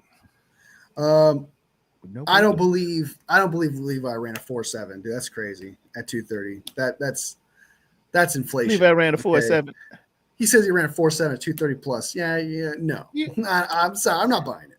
Levi really, really works out, man. Levi's just he's like working out on the lives. Have you been with him live? He's in the gym, and then we'll come say, yeah, Baltimore's good. Yeah, we're gonna beat everybody. And then he goes and gets his reps. You know, he's like ultimate workout guy. He might have, man. Yeah, call me a hater, man. Call me a hater, but you have to show me the proof, dude. Show me the proof, and you got it. You guys show me the proof. Levi say he from Missouri. You got to show me state there, buddy. I need to see the film. I need to see the proof, and I'll believe you, brother. I'll believe you. It's no hate, but it's like, you know, that's pretty fast for that's pretty fast. Walk on at CCU my freshman year.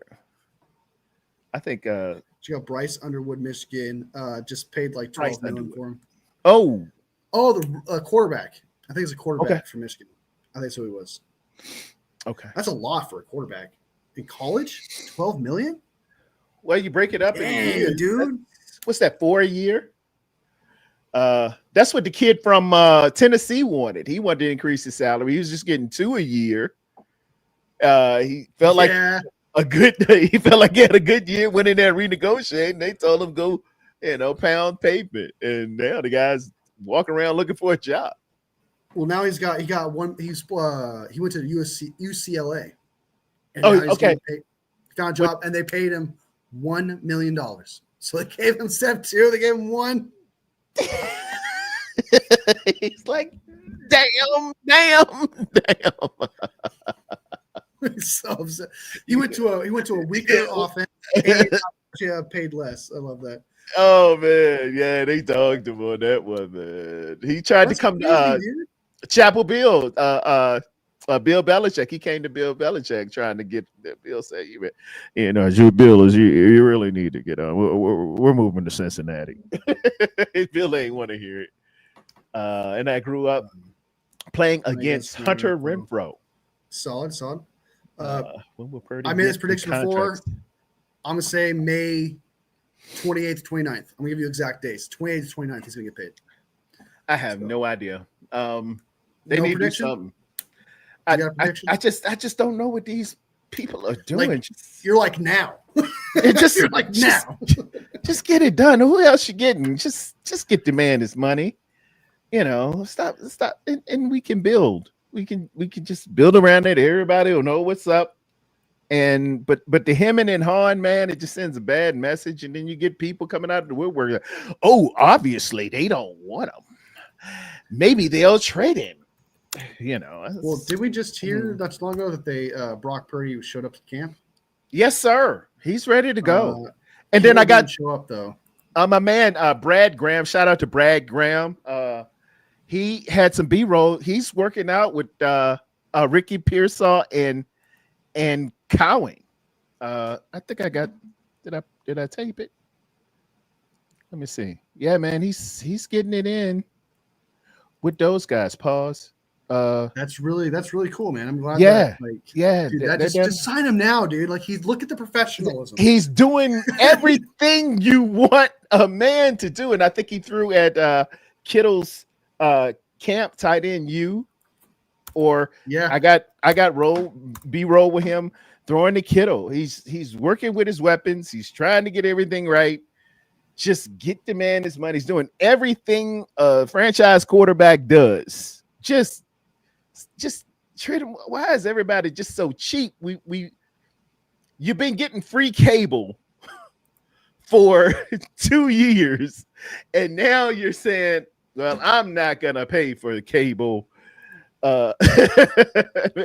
because the bill is due.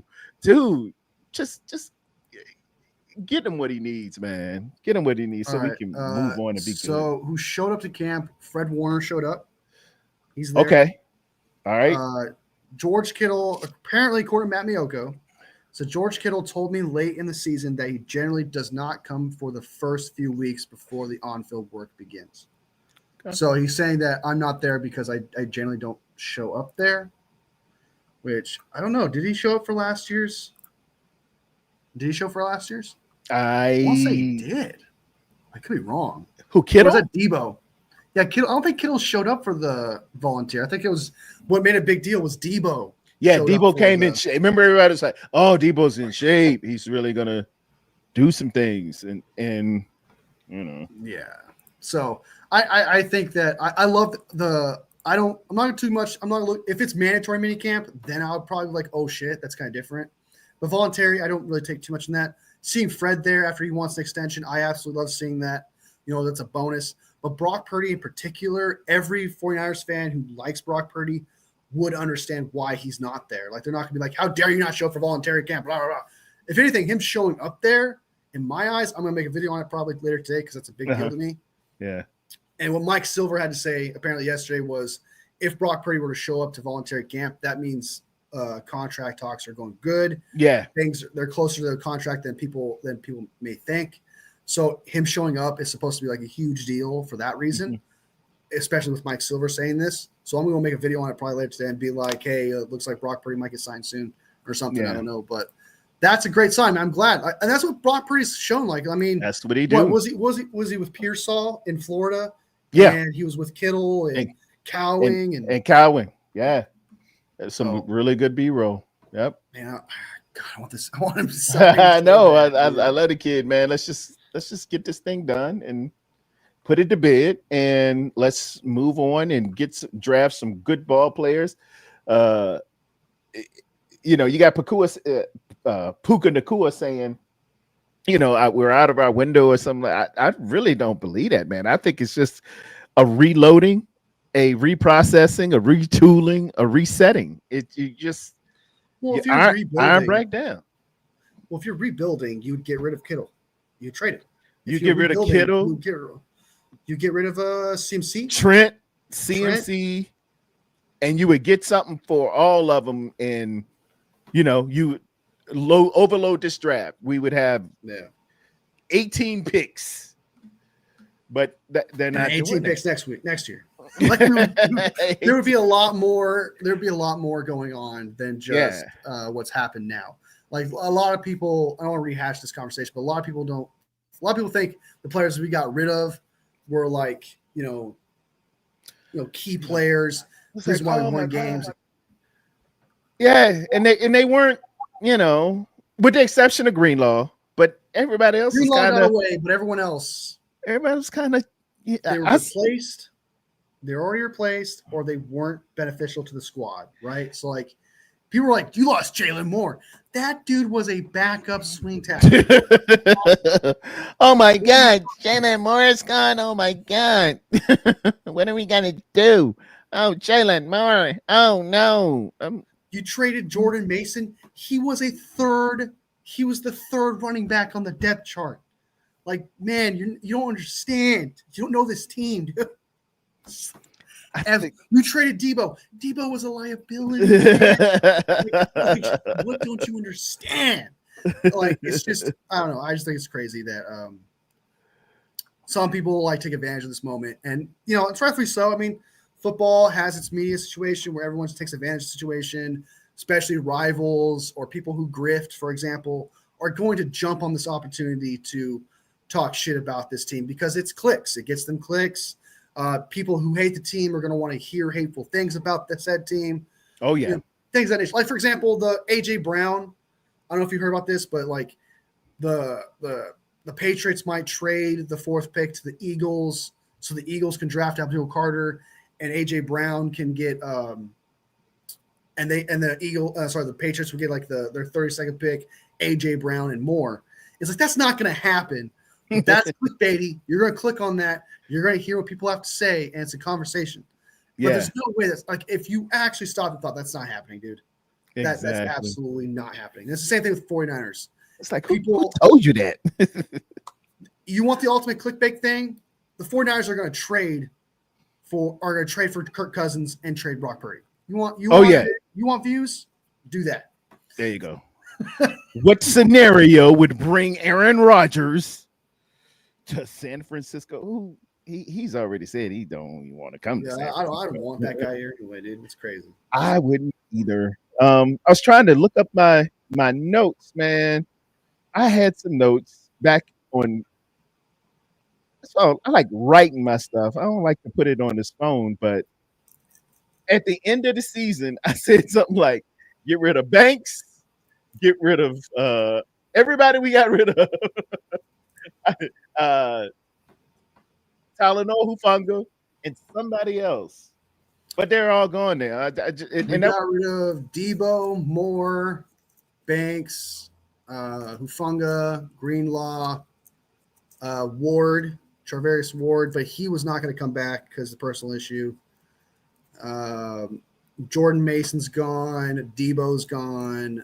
I'm trying to think. Oh, Malik Collins, Hargrave, and Floyd. I think that's everyone. I had them all gone, man. I had that gone. I had them gone. I did. Because they just, you can save a lot of money by switching to Geico. No, we just could save money. And the production didn't match up with the contracts, or the production didn't match up with what they would be asking. Yeah. So we got the replacements already. Like we got replaced, and they worked out. It's not like you're wishing that. Like Green worked out. You got rewards for placing. Mustafa replaced Talanoa Hufanga. You're good there. Pearsall replaces Debo. You're good there. Pooney replaces Banks. You're good there. Yeah. So everyone's been replaced. Yeah. Jordan Mason, Isaac Garenda, they all have been replaced. So it's weird that people are just discounting. Like we need a corner, and it's like Green. Yeah, Bernardo Green and Lenore. Yeah, and Luter is there too, and we got a nickel guy from Seattle. I don't know how good he is, but Trey Brown, Trey Brown, I think he's more of a special teams guy, and we still need. I think we need to draft a corner just in case. Oh yeah, I don't like any of these corners we picked up, but if you ask me, somebody else that was on the list that could go for the money. You know who it was?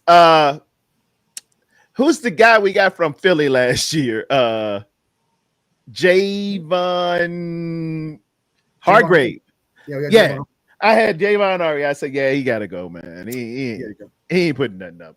You got to go. People are like, you lost. Like this. That's what I always say. This man. I've said this on before. People who are not a fan of your team, like if you're a fan of a team, you know more about your team than people who are not a fan of your team. Exactly. And so everyone's going to look at Hargrave. Oh, he's a Pro Bowl D tackle. You missed out on him. He's your starter. And it's like, he did nothing for us. No. You don't know, man.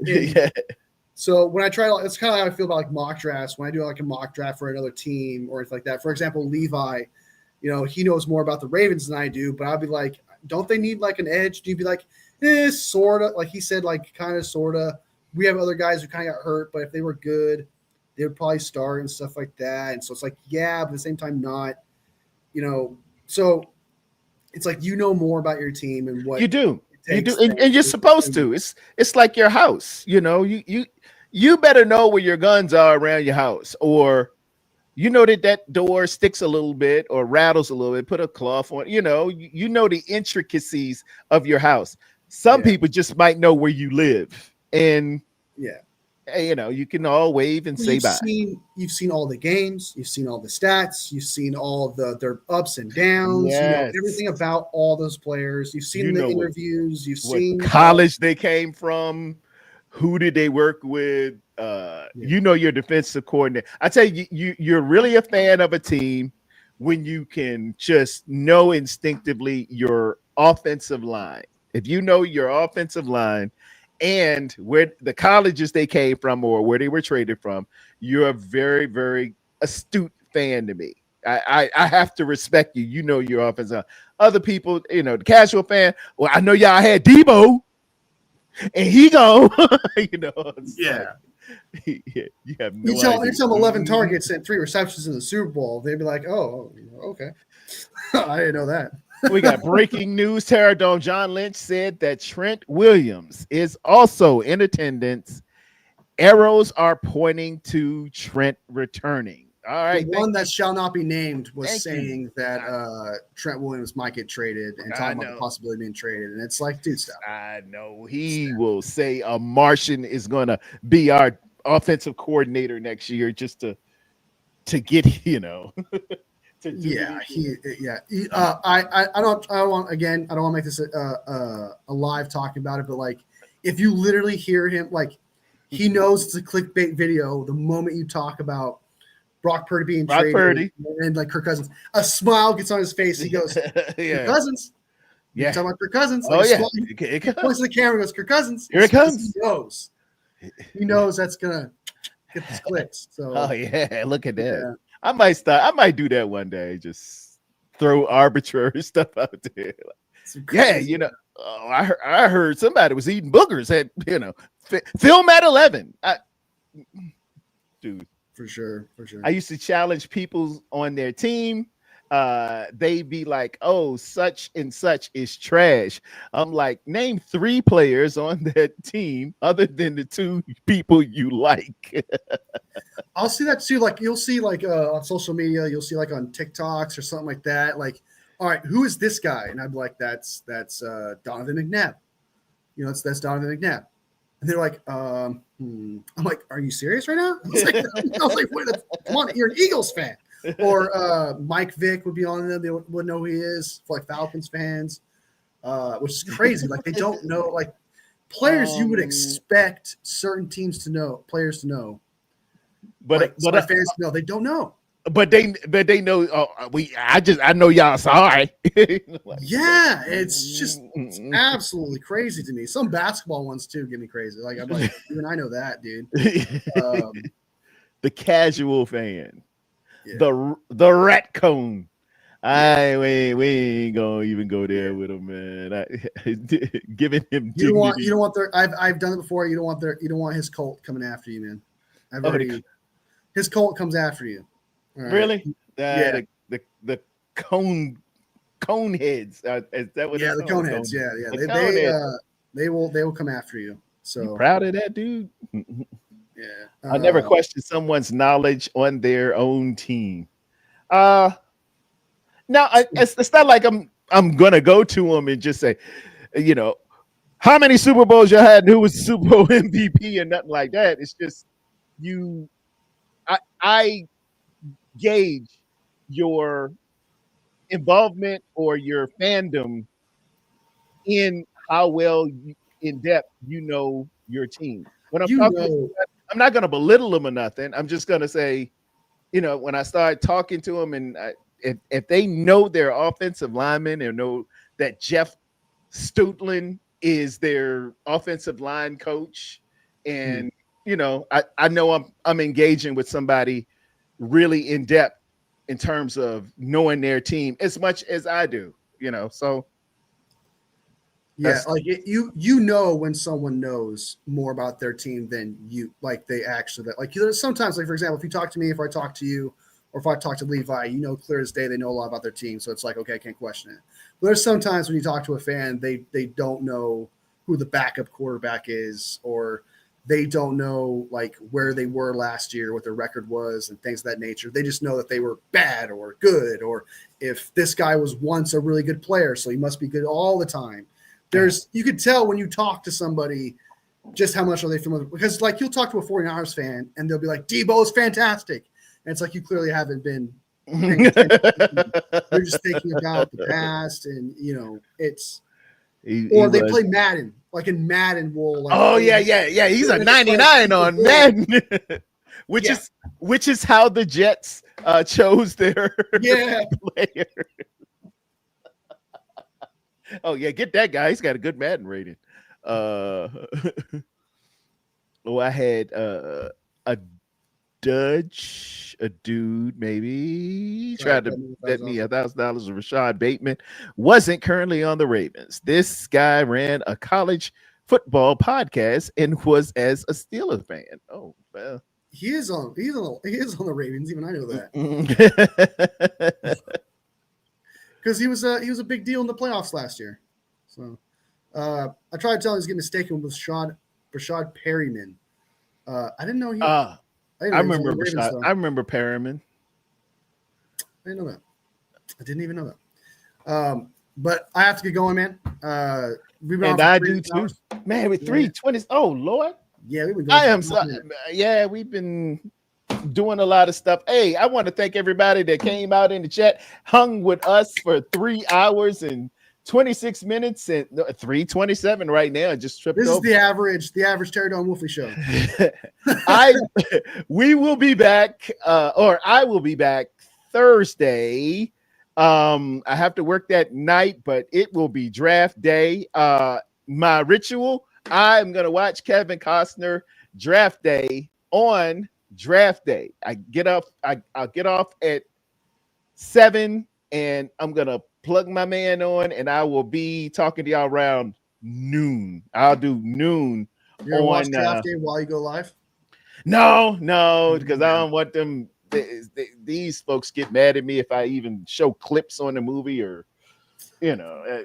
Well, man, like you're watching it while while I'm on. Day, yeah. And you know, people see like that'd be a good draft party if everybody if I have everybody on at one time. All right, y'all start the movie and we just all go in sync. Oh, I like this part right here. I'm sure a lot of people here have draft day. I don't have draft day, but you can stream it. You can stream it on your it might be on YouTube for free. I don't know if I'm supposed to say that, but it might be with some ads and stuff like that. But it could. Yeah. So this Thursday for me, I'm gonna probably go live. I'm considering it. I have this whole idea of like going live by myself or with you, like for the draft or something like that. But David McNair, I keep calling McNair. McNiner offered me to join his live for the. Oh yeah, the boys, man. They got Yeah, I might do that. I'm considering it.